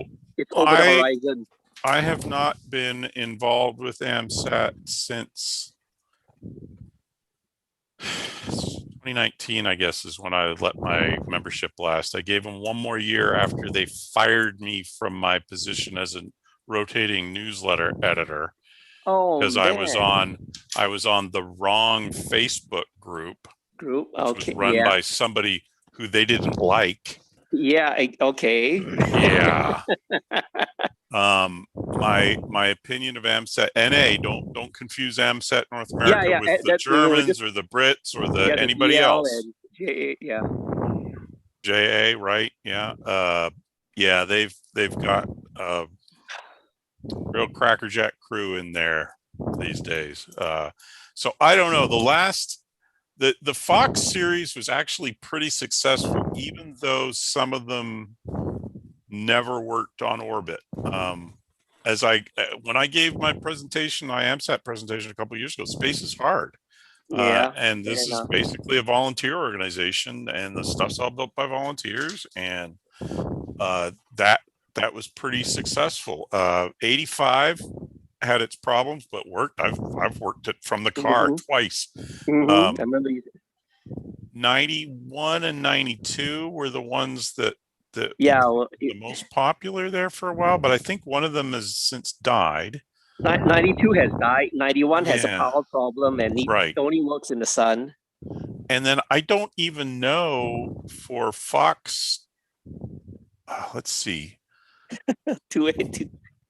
Well, there was AB because they had pre-launch names, right? 1A, 1B, 1C, 1D, 1E. 1E was the SSB satellite. And I assume that got into orbit, but I don't know.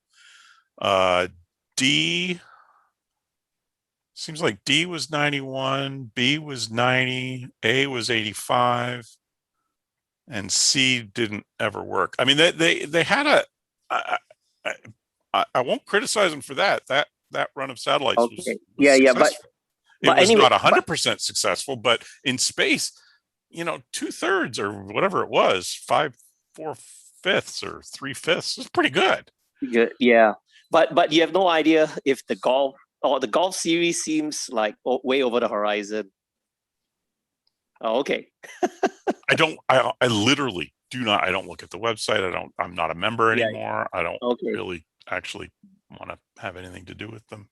Okay, understand. Sorry about the being in the wrong it's place. not your fault. They're just a bunch of little children who think they're. Yeah. Another casualty of Facebook, huh? I hadn't thought of it that way. I have heard stories that this has actually been going on for years before that, but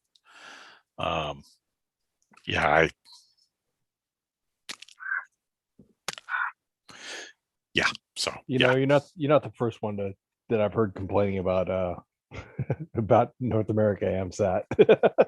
This is actually a guy that's pretty vocal on Twitter about it too. He's pretty much.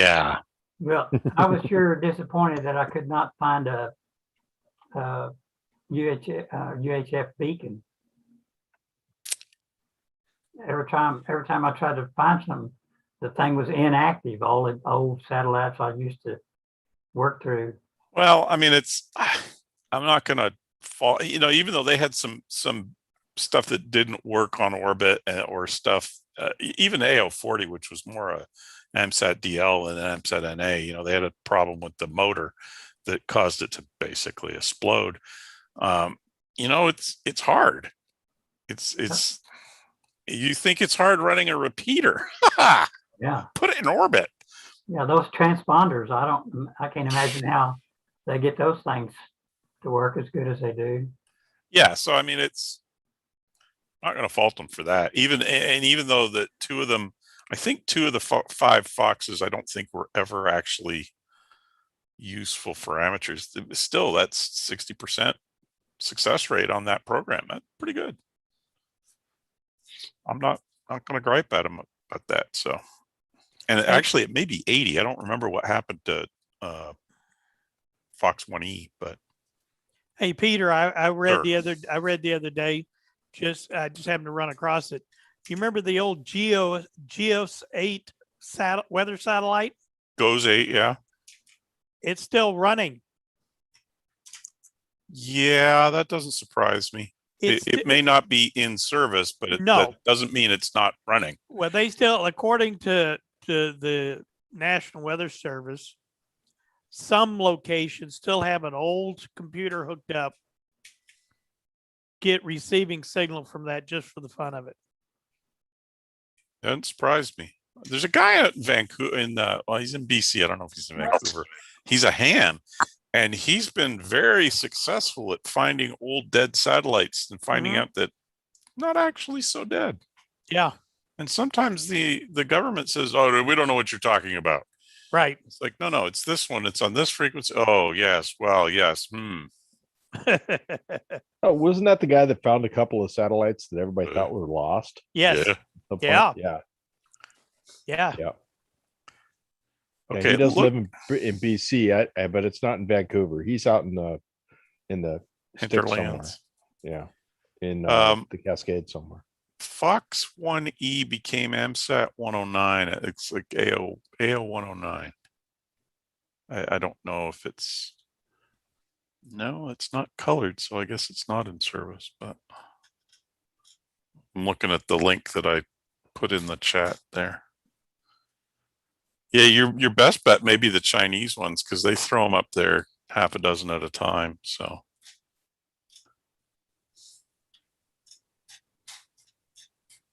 Duvel can't get credit for Starlink, huh? Oh, jeez. I don't guess they have a beacon. No. Well, at least not readable by us. Maybe. I don't know. Yeah. You never know. Says in this list, AO7 is on 435.1. I don't think AO7's still operating though, is it? Yeah. It's still marked with a star in that guy's list. That's the one that came back. The cells opened up, and now the 2300 megahertz downlink is not working. Yeah, I'm not trying to receive there.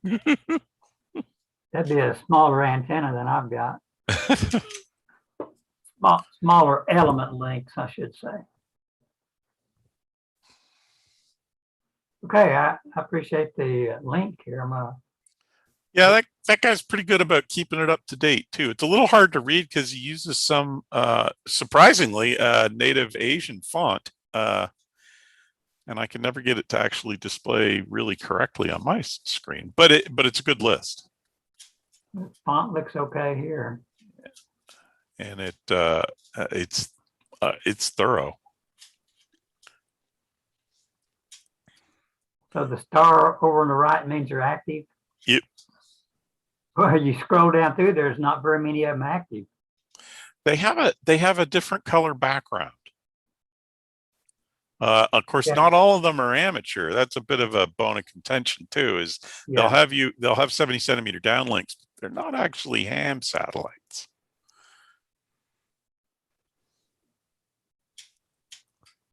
it looks like he's got a thing in See that? Japanese at the bottom explaining the Fox satellites, but I don't read Japanese, so.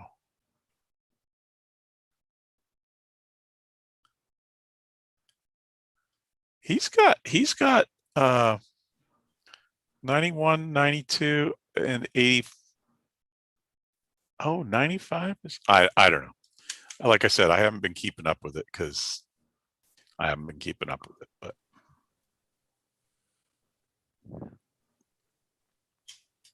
God, he lists all the old radio Sputniks too. That was on 10 meters. That Sputnik. Some of them were, yeah. Yep. 2 up and 10 down, and then there was the RS-12. I remember that one where it was 15 up and 2 down, or 15 up and 10 down. It's just so weird because they're above the ionosphere. Yeah. Yeah, if you scroll down on that, oh my God, he's got all kinds of stuff. I'm not sure I've ever scrolled down like this.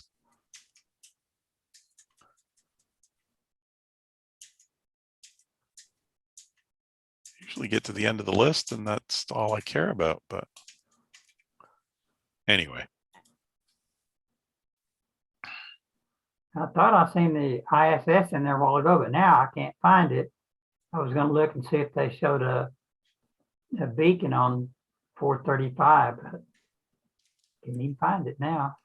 It is object 25544 and it does not show a beacon. He's got all the different combinations listed because they've got a bunch of different modes they can run up there, but I do not see a beacon listed.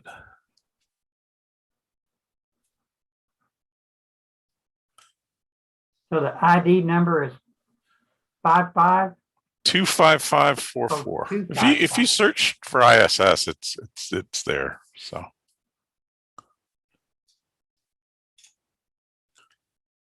yeah, it was launched between Pansat Oscar 34 and Sunsat Oscar 35. Yeah. No. Did you find it? Yeah, I found it downlink at 437-800, but don't show a beacon. I'm surprised they don't have a beacon on the ISS.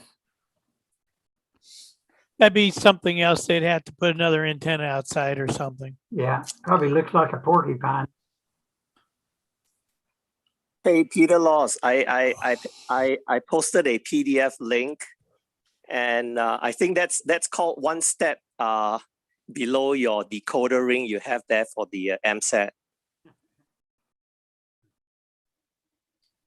1959. Oh my God, that's the geophysical year.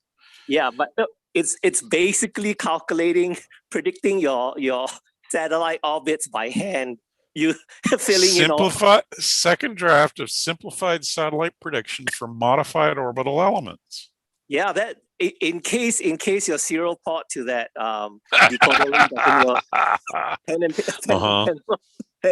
Pencil and paper. Wow. Of course, they only had in 58, 59, they only probably had 3 or 4 things in orbit that they could calculate the orbits for. So, wow. Holy cow. Novatron and those guys must have been really good with slide rules. Yeah.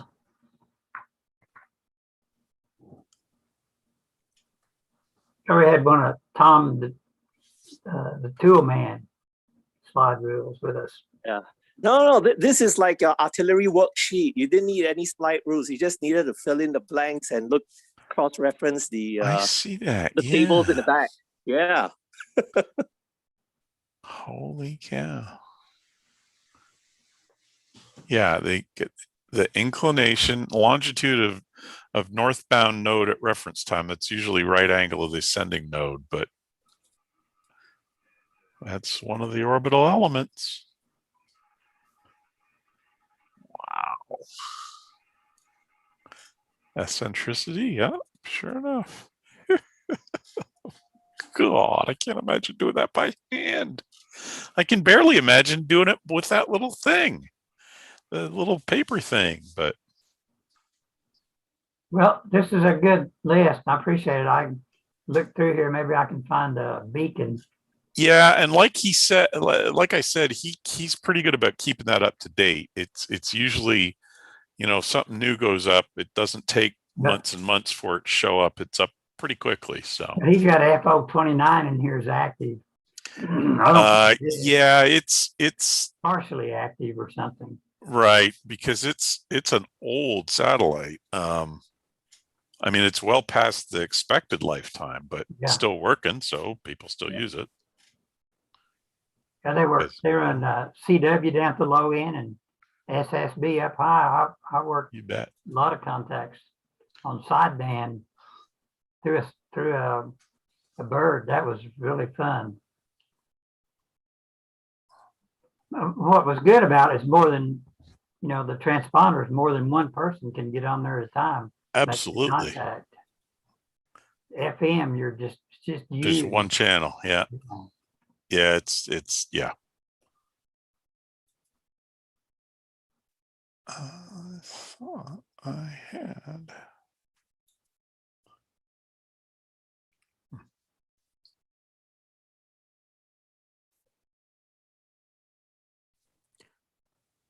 You know, Ken, we were talking last Tuesday about that virus that you get when it comes to antennas, and before you know it, you start building a whole bunch more. Yeah. I'm starting on another one. I'm going to try to come up with a 2-meter sideband. Good. Good. Fantastic. You're building a Yagi? Yeah. Good. How many elements? I don't know yet. Use that program that I posted. I got that program of yours on there. I just got to figure out exactly what's the most. See, I don't know what the most popular frequencies are on 2-meter sideband. Down at the low end. Yeah. Okay. 144.2. Cut it for that. You'll be good shape. Yeah. All right, I'll do it for that then. That one that I made out of copper, it's cut for 432.1. Yeah, if you cut a 70 centimeter one for that. Below that's EME. The 432 to 432.100 is EME. 432.100 is, I think that is a digital mode call frequency. And I think 432.300 is probably the whisper frequency. Ken, your audio dropped. Okay, it's not just me. Your audio went kaplooey. It's a technical term. No, switch USB ports on it. Maybe. You got it in the loose one again. Well, there you go. That's it. That's it. Now we lost your video. Yeah. You sure? For sure? Yeah, we can't see your video. Well, there you are. There you are. Video was cut off. I didn't click that. That's odd. I guess that USB thing glitched it or something. Good hand. Okay, anyway, look at that program, W7, the EMM or whatever it was. Yeah. Link and build you a 5-element Yagi and use square tubing for the boom. It's a lot easier to work with. Okay. And a gamma match is a easy match to build. A lot easier than. And do it 144/200. Yep. Just plug in the numbers. Use 1-inch square tubing for the boom and about 5 elements or so. That'd be a nice lightweight antenna. Man, I tell you, it would be really light. Yeah. And I ordered some aluminum that I'm going to build the 432 antennas, 14-foot boom, 20 elements on each one of them. But I ordered them from that aluminum place there in Northmore, South Oklahoma City area. Can't remember the name of it. Metals something. Oh yeah, they're off Supermarket. 89th. Yeah, off of 89th. And yeah. And they were real nice, and they ordered it for me. And I can't get it yet. They didn't have any of the 1/4-inch solid round stock. That's hard to find. And that's what I'm going to make the elements out of. And it wasn't too bad. I told them I was a radio amateur, and they said there was some. We don't other, serve your kind. Oh. They said there was some other amateur that bought aluminum to build a tower, and so that at least they knew what a radio amateur was, you know. I looked at my log here. I worked a bunch of stations on FO29, but it's been already 4 years. Oh, this was many years ago that I worked. It was before I ever did EME, or must have been when they first fired it up, which I don't know what year that was. Oh God, 29. It's been ages. Oh, I thought you meant 1929. No. FO29. You know what I meant. 20. Anyway, take that program, Mark, and plug in a boom length of 5 feet, and then put in the 1-inch square tubing, and for elements, you really probably don't need 1/4-inch solids. No. But 3/16 or something. What application are you using? It's a online antenna, Yagi antenna program. Oh, I can't remember. It's a W7 EMM or something. What is his call sign, Mark? You remember? I wrote it down somewhere here. I'd have to look it up. Hold on a minute. I've got it bookmarked on the other computer. So I used to use a old DOS program that used to calculate out. I did.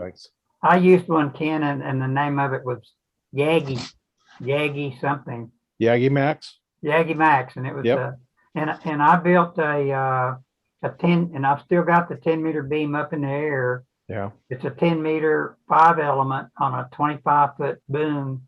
The boom's made out of 3-inch diameter irrigation tubing, and that sucker is solid as a rock. Yeah. It's been up in the air for years. It's built like a tank. Yeah, we built we built a pair of 14-element 2-meter Yagis. Yeah. From that, it took the measurements right off that program, and it's And if you stick with those measurements, it'll work. Yep, worked great. But it don't work with it doesn't work with Windows 10. That FO29 went up in 96. Yeah. Wow.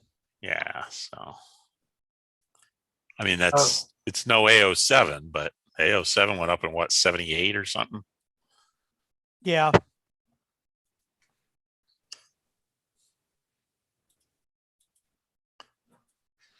All right, gentlemen, I'm going to get out of here. Good to see you tonight, Peter. Yeah, good to see you guys. It says six is still wide open, as you can see on the waterfall there. Now next Tuesday night, you need to tell us you got Maine on 6. Yeah. Ah, man, I hope so. So you need that's Maine, your challenge. You need Maine, Hawaii, and Alaska. Is that right? For worked all states on 6. Yeah. Everything else is confirmed. You're getting close. That's your goal for next Tuesday, Peter. What I need to do is get the beat up old 6-meter beam that I have in the garage assembled and on the air. Yeah. Yep. You may need that for Alaska. Yeah. It took me 3 years of working trying to get Alaska and Hawaii, and one year, in June or something, whenever the 6 meter opens, I worked 3 Alaskans, one right after the other. and so I sent every one of them a QSL card, hoping I'd get a card from at least one of them. And I got cards from all 3 of them, man. Of course you did. Nice. Hey, you remember the old adage was, if you want a card, you need to send a card. That's Yeah. right. That's right. All right, guys. See you, Take it easy, Peter. Bye. See you later. See you later. Yeah, I was working 20 at lunchtime, and I heard California like coming booming in. Yeah. It was amazing. I was really surprised.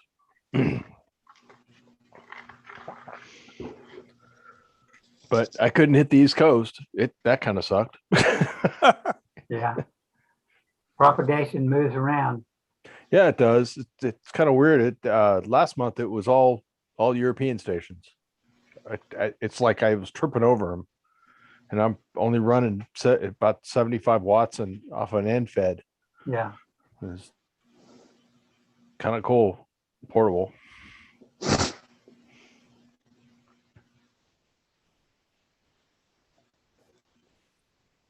I probably get more of the West Coast and the and in Europe and South America. If I just turn it up, I've got it set at 40 watts. If I turn it, do you have a beam or you got a vertical? What are you running? I'm running an end fed. Yeah. Off the back of the house. Mm-hmm. So I mean, if I turn it up to 100 watts, I probably would get some of them. No, there you go. But I've been trying real hard at 40 watts. Oh, yeah. Yep. Well, I turned down the power on my radio because I want to conserve my battery because it was getting low. I've been running it for about a month. I go off for about an hour a day and try to pick up some contacts on my lunch break. So Gonna have to put a solar collector on that thing. Say again?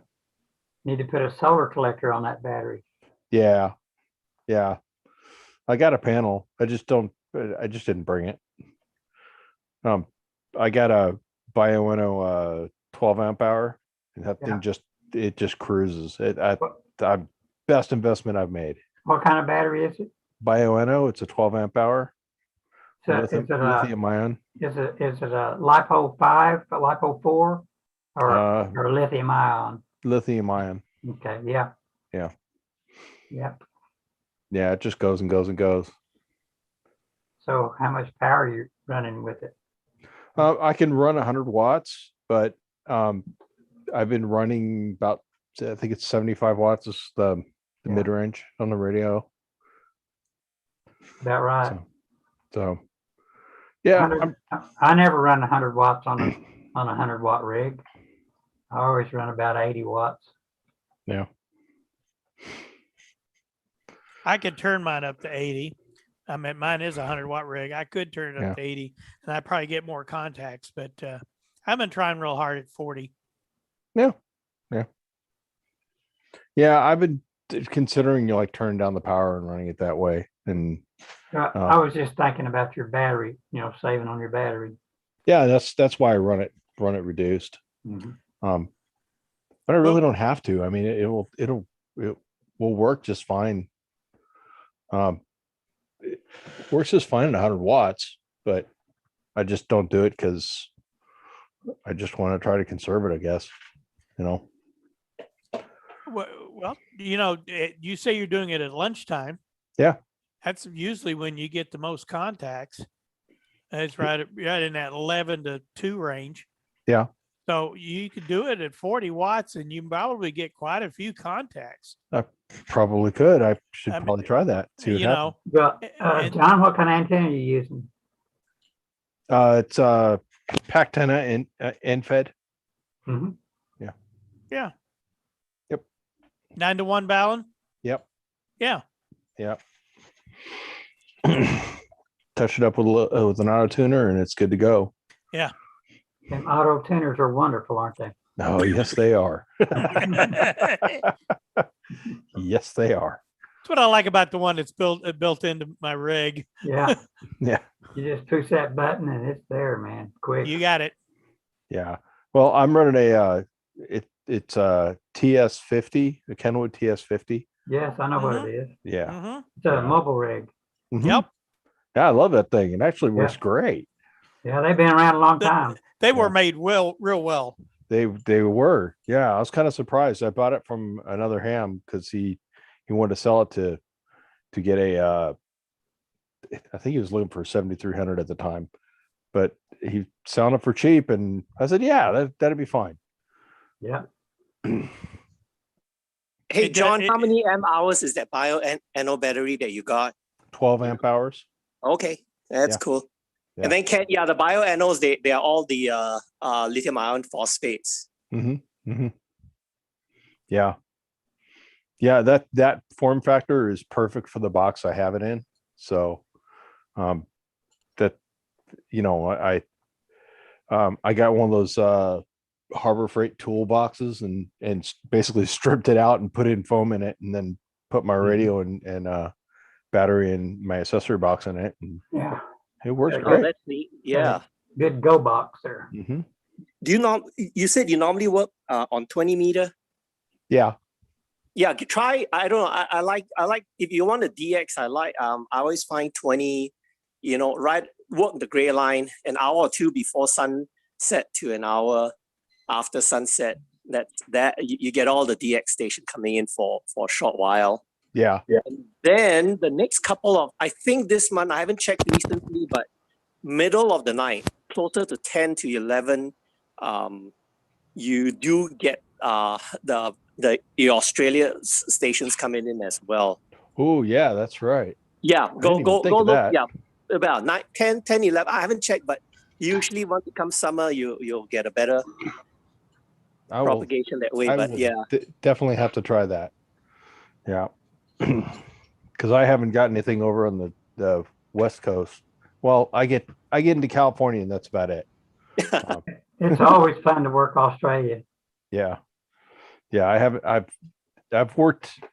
Well, like last night, I worked Slovenia on the gray line. Yeah. So that's pretty good. Yeah. Yeah, that was fun. That was the first for me. Just out of curiosity, John, which way do you normally have your infed facing? It's usually I have it at a diagonal, and I usually have the ballon to the easterly direction. Okay, because see, I've got my ballon on the west side, facing on the west side, and I got my line running out towards the east. Yeah, mine's running towards the west. Okay. Yeah. Your wire is running to the west? Yes. Yep.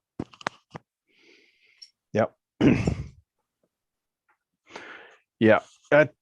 I'm enjoying trying to work it's about 5 o'clock by the time I get out there and set up in Europe, and that's not quite their gray line, but it's people are getting off work and they're starting to get out there, and so it's kind of fun to work the European stations. Because when I was living in California, I couldn't do that. So yeah. You could probably work Australia good from California though. Yeah. Well, that's what got me into amateur radio. Is before I got my license, I was working 11 meters on sideband. Yeah. I was getting into Hawaii and then into Australia and New Zealand, and that was like, this is awesome. I have to get my ticket now. Yeah, that'll get you started, won't it? Yeah. Get the bug. Yep. Kind of like Mark's getting the bug to build antennas. It's your fault, and it's the other kid's fault. HFEs. Yeah. Both of you. You gave me that nasty bug, and before you know it, I'm wanting to build all kinds of antennas. Yeah. It's a blast. There's no doubt about it. Well, yeah.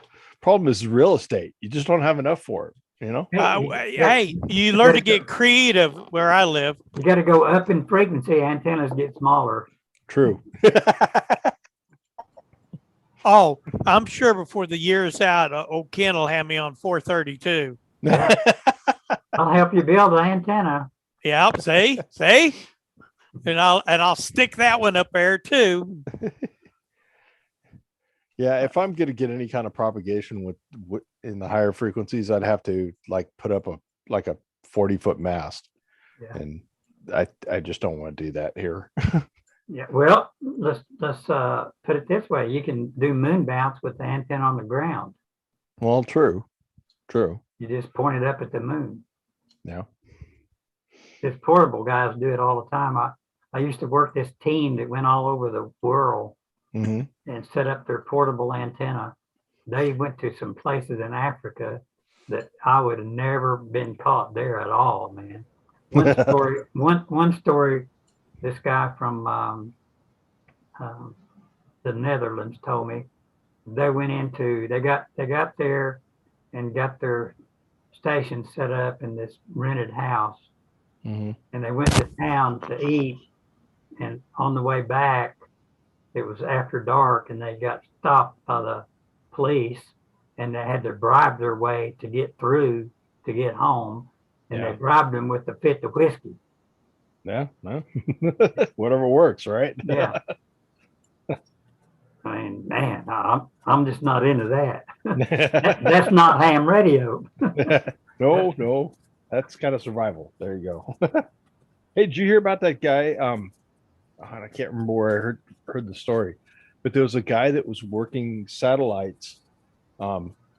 He's a merchant marine, and he was working satellites in the Pacific Passage, going from San Francisco and Washington to Hawaii, and then on to Japan.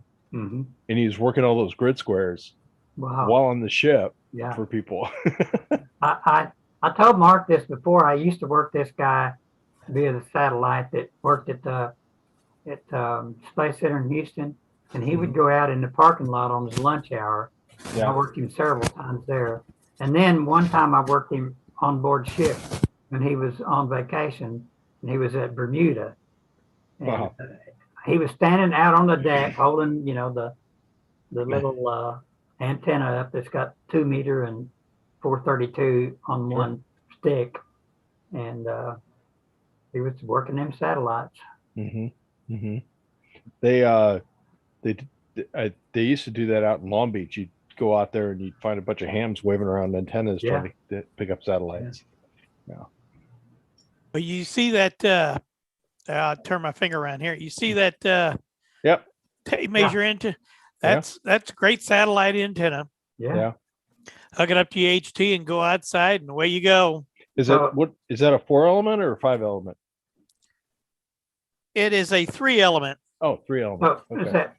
Does that do 432 and 2 meters? Yes. Sure does. It's got both of them on one beam. Yep. Yeah. See, that's what you could do with this little antenna I built. You could put 3 elements of 2 meters on there and make a great satellite antenna. That's true. Was you here, John, whenever I showed the antenna I built? Was you here yet? You might not have been. I don't think so. Oh, nice. This is move it over to the right a little bit. Oh, yeah, there you go. Nice. It's turn it horizontally.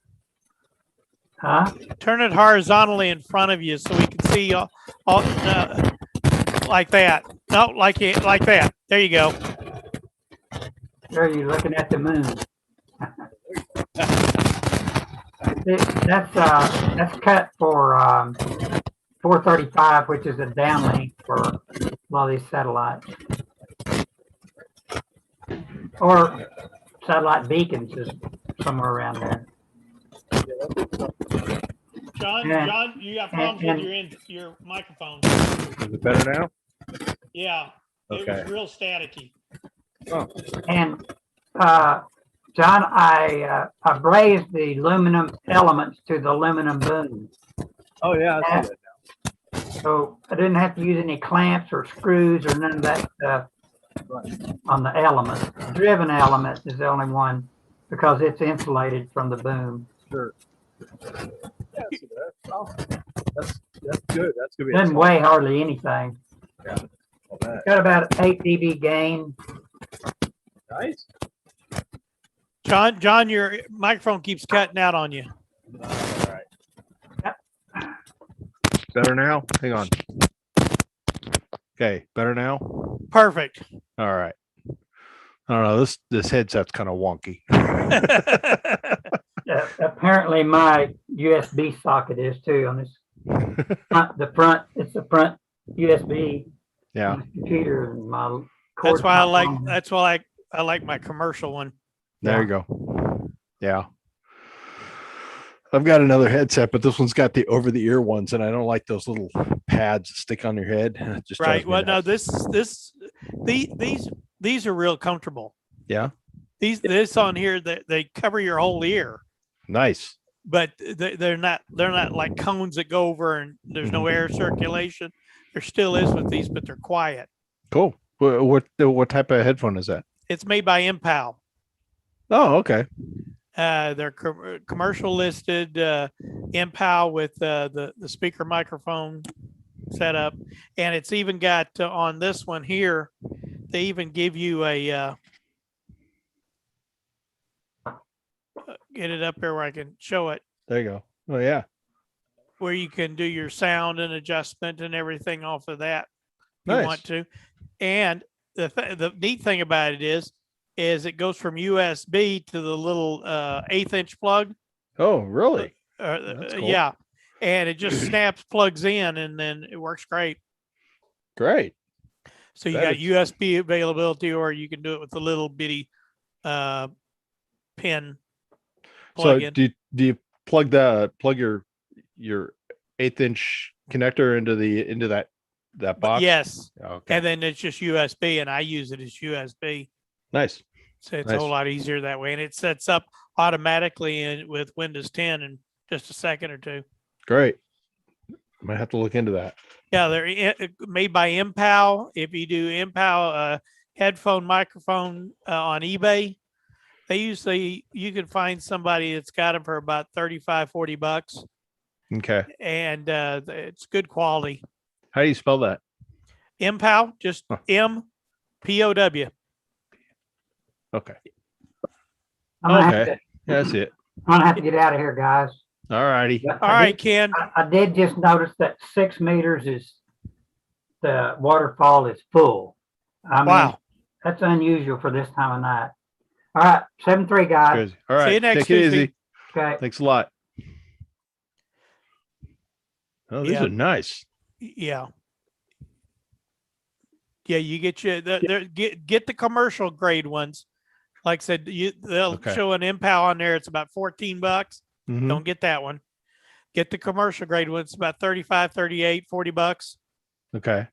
And they're good. They're lightweight. They work real well. They're nice adjustments. Mm-hmm. Good microphone setup, and real lightweight on your head. I mean, they're real lightweight on your head. Yeah, they look really nice. A I'm lot just of looking at the headphones. These things are nice Yeah, on their site. yeah.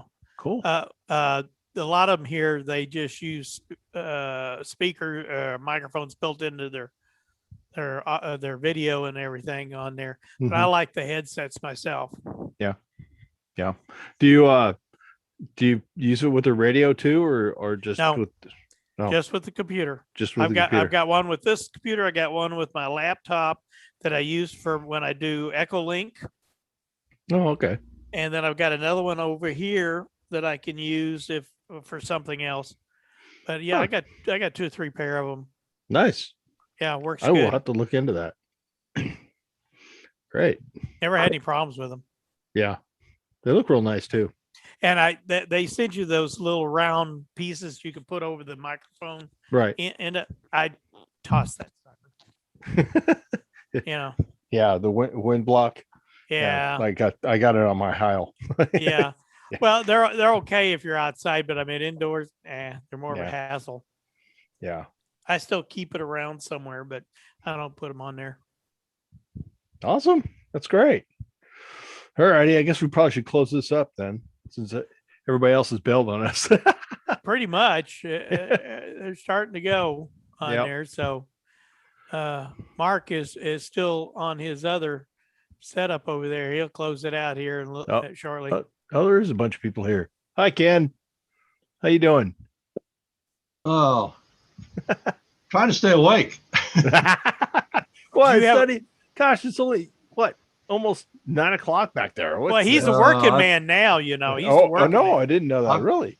Yeah, I gone back to work, and it's hard. I got to get up at 4:30 tomorrow, so I'm going to bail out of here. It's been fun. All right. Well, Ken, I'll let you know how I'm doing on my 2-meter sideband antenna. I got a couple of projects in the back here that I'm needing to get together too. I got a 70 centimeter one that I've got cut elements for, and it'll probably be a pin match on it, like Ken's latest one of his. And yeah, anyway, but I found that when you go back to work after retiring for several years full time, it really sucks up a lot of that available time that I wasn't making much use of, really. Right. Anyway, yeah, it's been fun. I'll catch y'all later. Okay, Ken. Don't work too hard. I'm doing my best. Okay.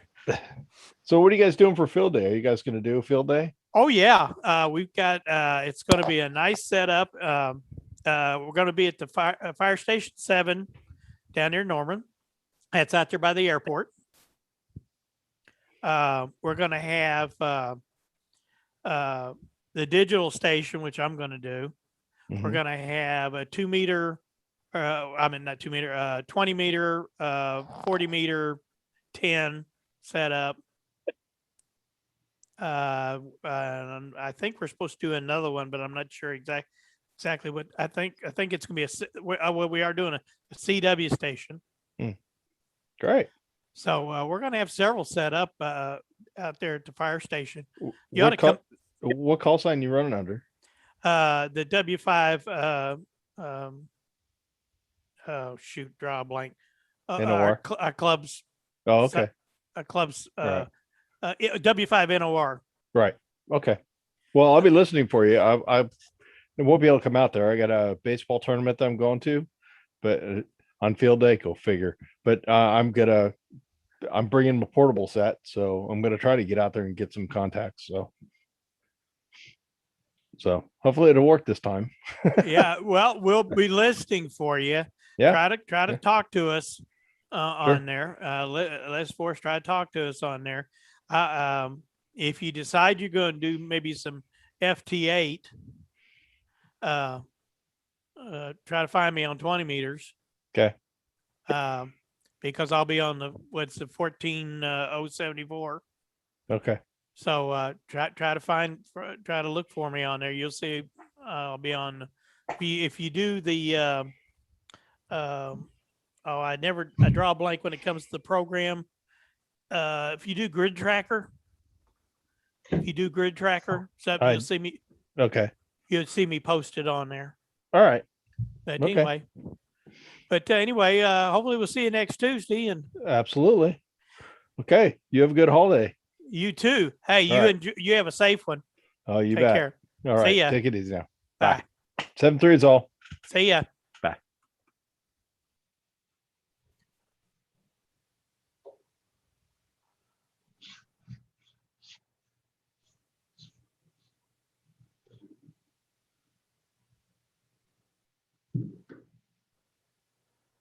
Larry, you've always got a project going.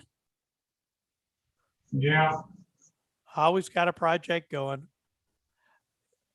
Working on a new circuit board? It's Hey, Mark Clayton, I got a question for you. Just a minute, Wayne. What'd you say, Larry? It's an extender board for my service monitor. Oh, okay.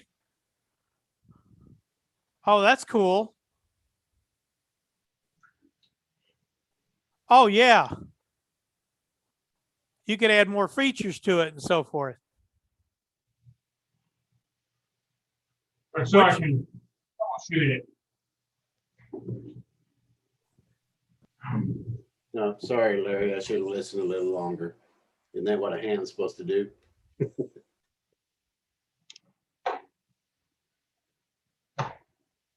Oh, yeah. Oh, I like that. That works good.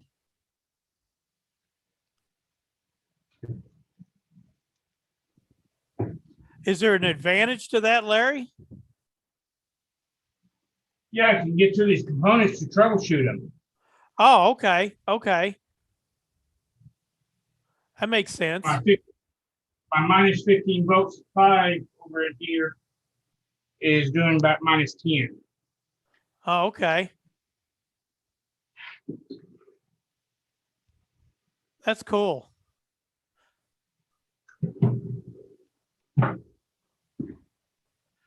Wayne, what was your question? Well, I was just sitting here watching my monitor here on WSJTX on FT8. And I was just curious because, of course, you got the waterfall down here. Yeah. Frequency is 7.074. 40 meter. Yeah. So on the left side, you got a column that says band activity. The Right. right side, you got a column that says receive frequency. So what's the difference? Which one are you supposed to be watching? Well, you watch the left column for the ones you want to try to contact. And on the right side, the receive side showing if they received you or not. And it shows you transmitting on the right side. Okay, well, I'm not transmitting. I don't even have it set up fully right now to be able to transmit. All I'm doing is sitting and watching. And my right side over here where it says RX frequency is full of contacts, CQs, Right. and all that stuff. What you're seeing is you're receiving people that's making contact with each other, and you're receiving both of them. Okay, so what you're saying is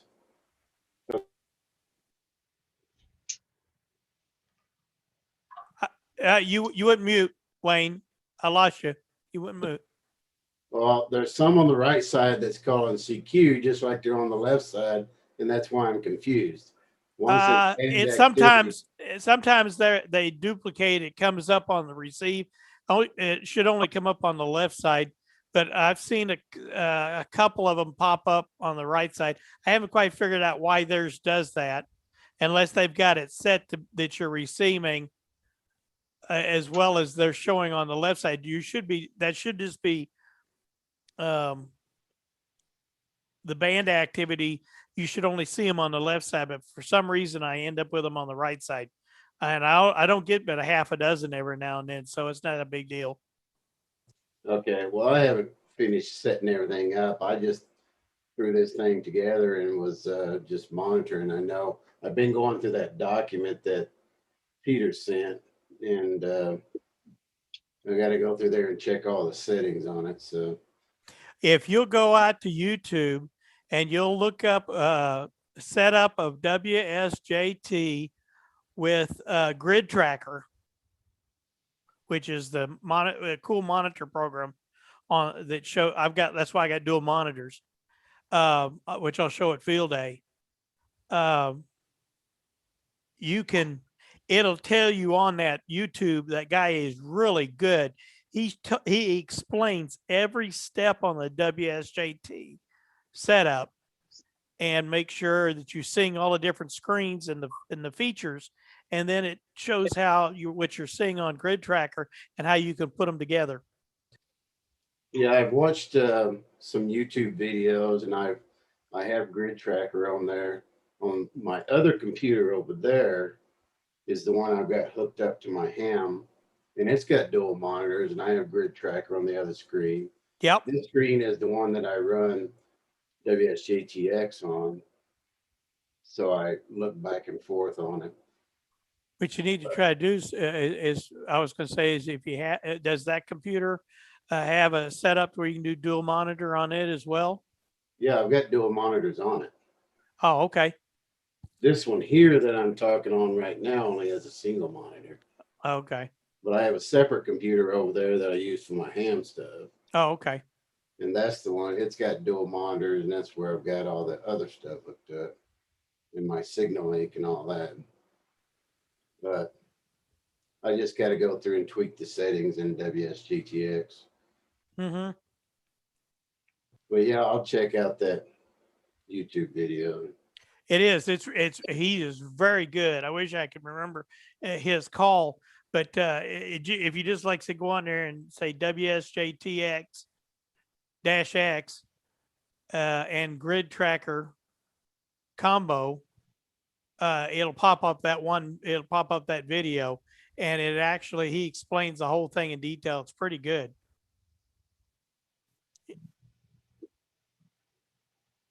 Yeah, 40 meters seems to be pretty busy tonight. It has been lately. It has been, pretty good lately. I did learn a lesson a while ago. Whenever I first fired it up, I wasn't getting any signals, and then I realized I was on lower sideband, so I had to flip over. When I flipped over, then my screen filled up. Yeah, yeah.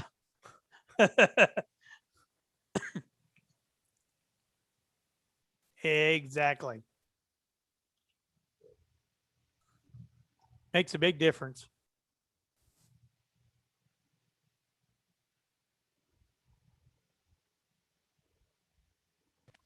Yeah, I'm seeing lots of East Coast, and then of course down to Mexico. I always get Mexico.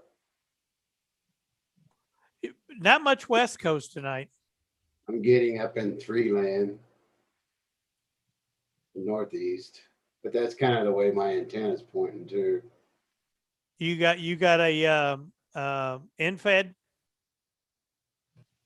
No, I have an inverted V dipole. Oh, okay. It's kind of northwest to southeast is the way it's oriented. So the signal's kind of pointing to the northeast. Oh, okay. So that's why I always put Mexico down there. Off the southeast side, I've heard Hawaii before. Oh, wow. But on the northeast side, I get New England quite frequently. See, I've got that 9-to-1 Ballon infed, and it's running off the roof to the east. So I get a whole lot of East Coast and South America and Europe and the Caribbean and stuff like that. And then I get some West Coast, but not a lot. Yeah, and I purposely oriented like that because I wanted it facing Europe. And I don't know, I just don't have it up high enough to have a good signal just yet. Same here. It's kind of temporary at the moment. I just kind of threw it up. It's only 24 feet above the ground. I wish I was that high. Mine's only about 10 feet off the ground. Well, mine used to be 25 feet until the last ice storm kind of bent it over a little bit. So. Yeah. I remember those pictures.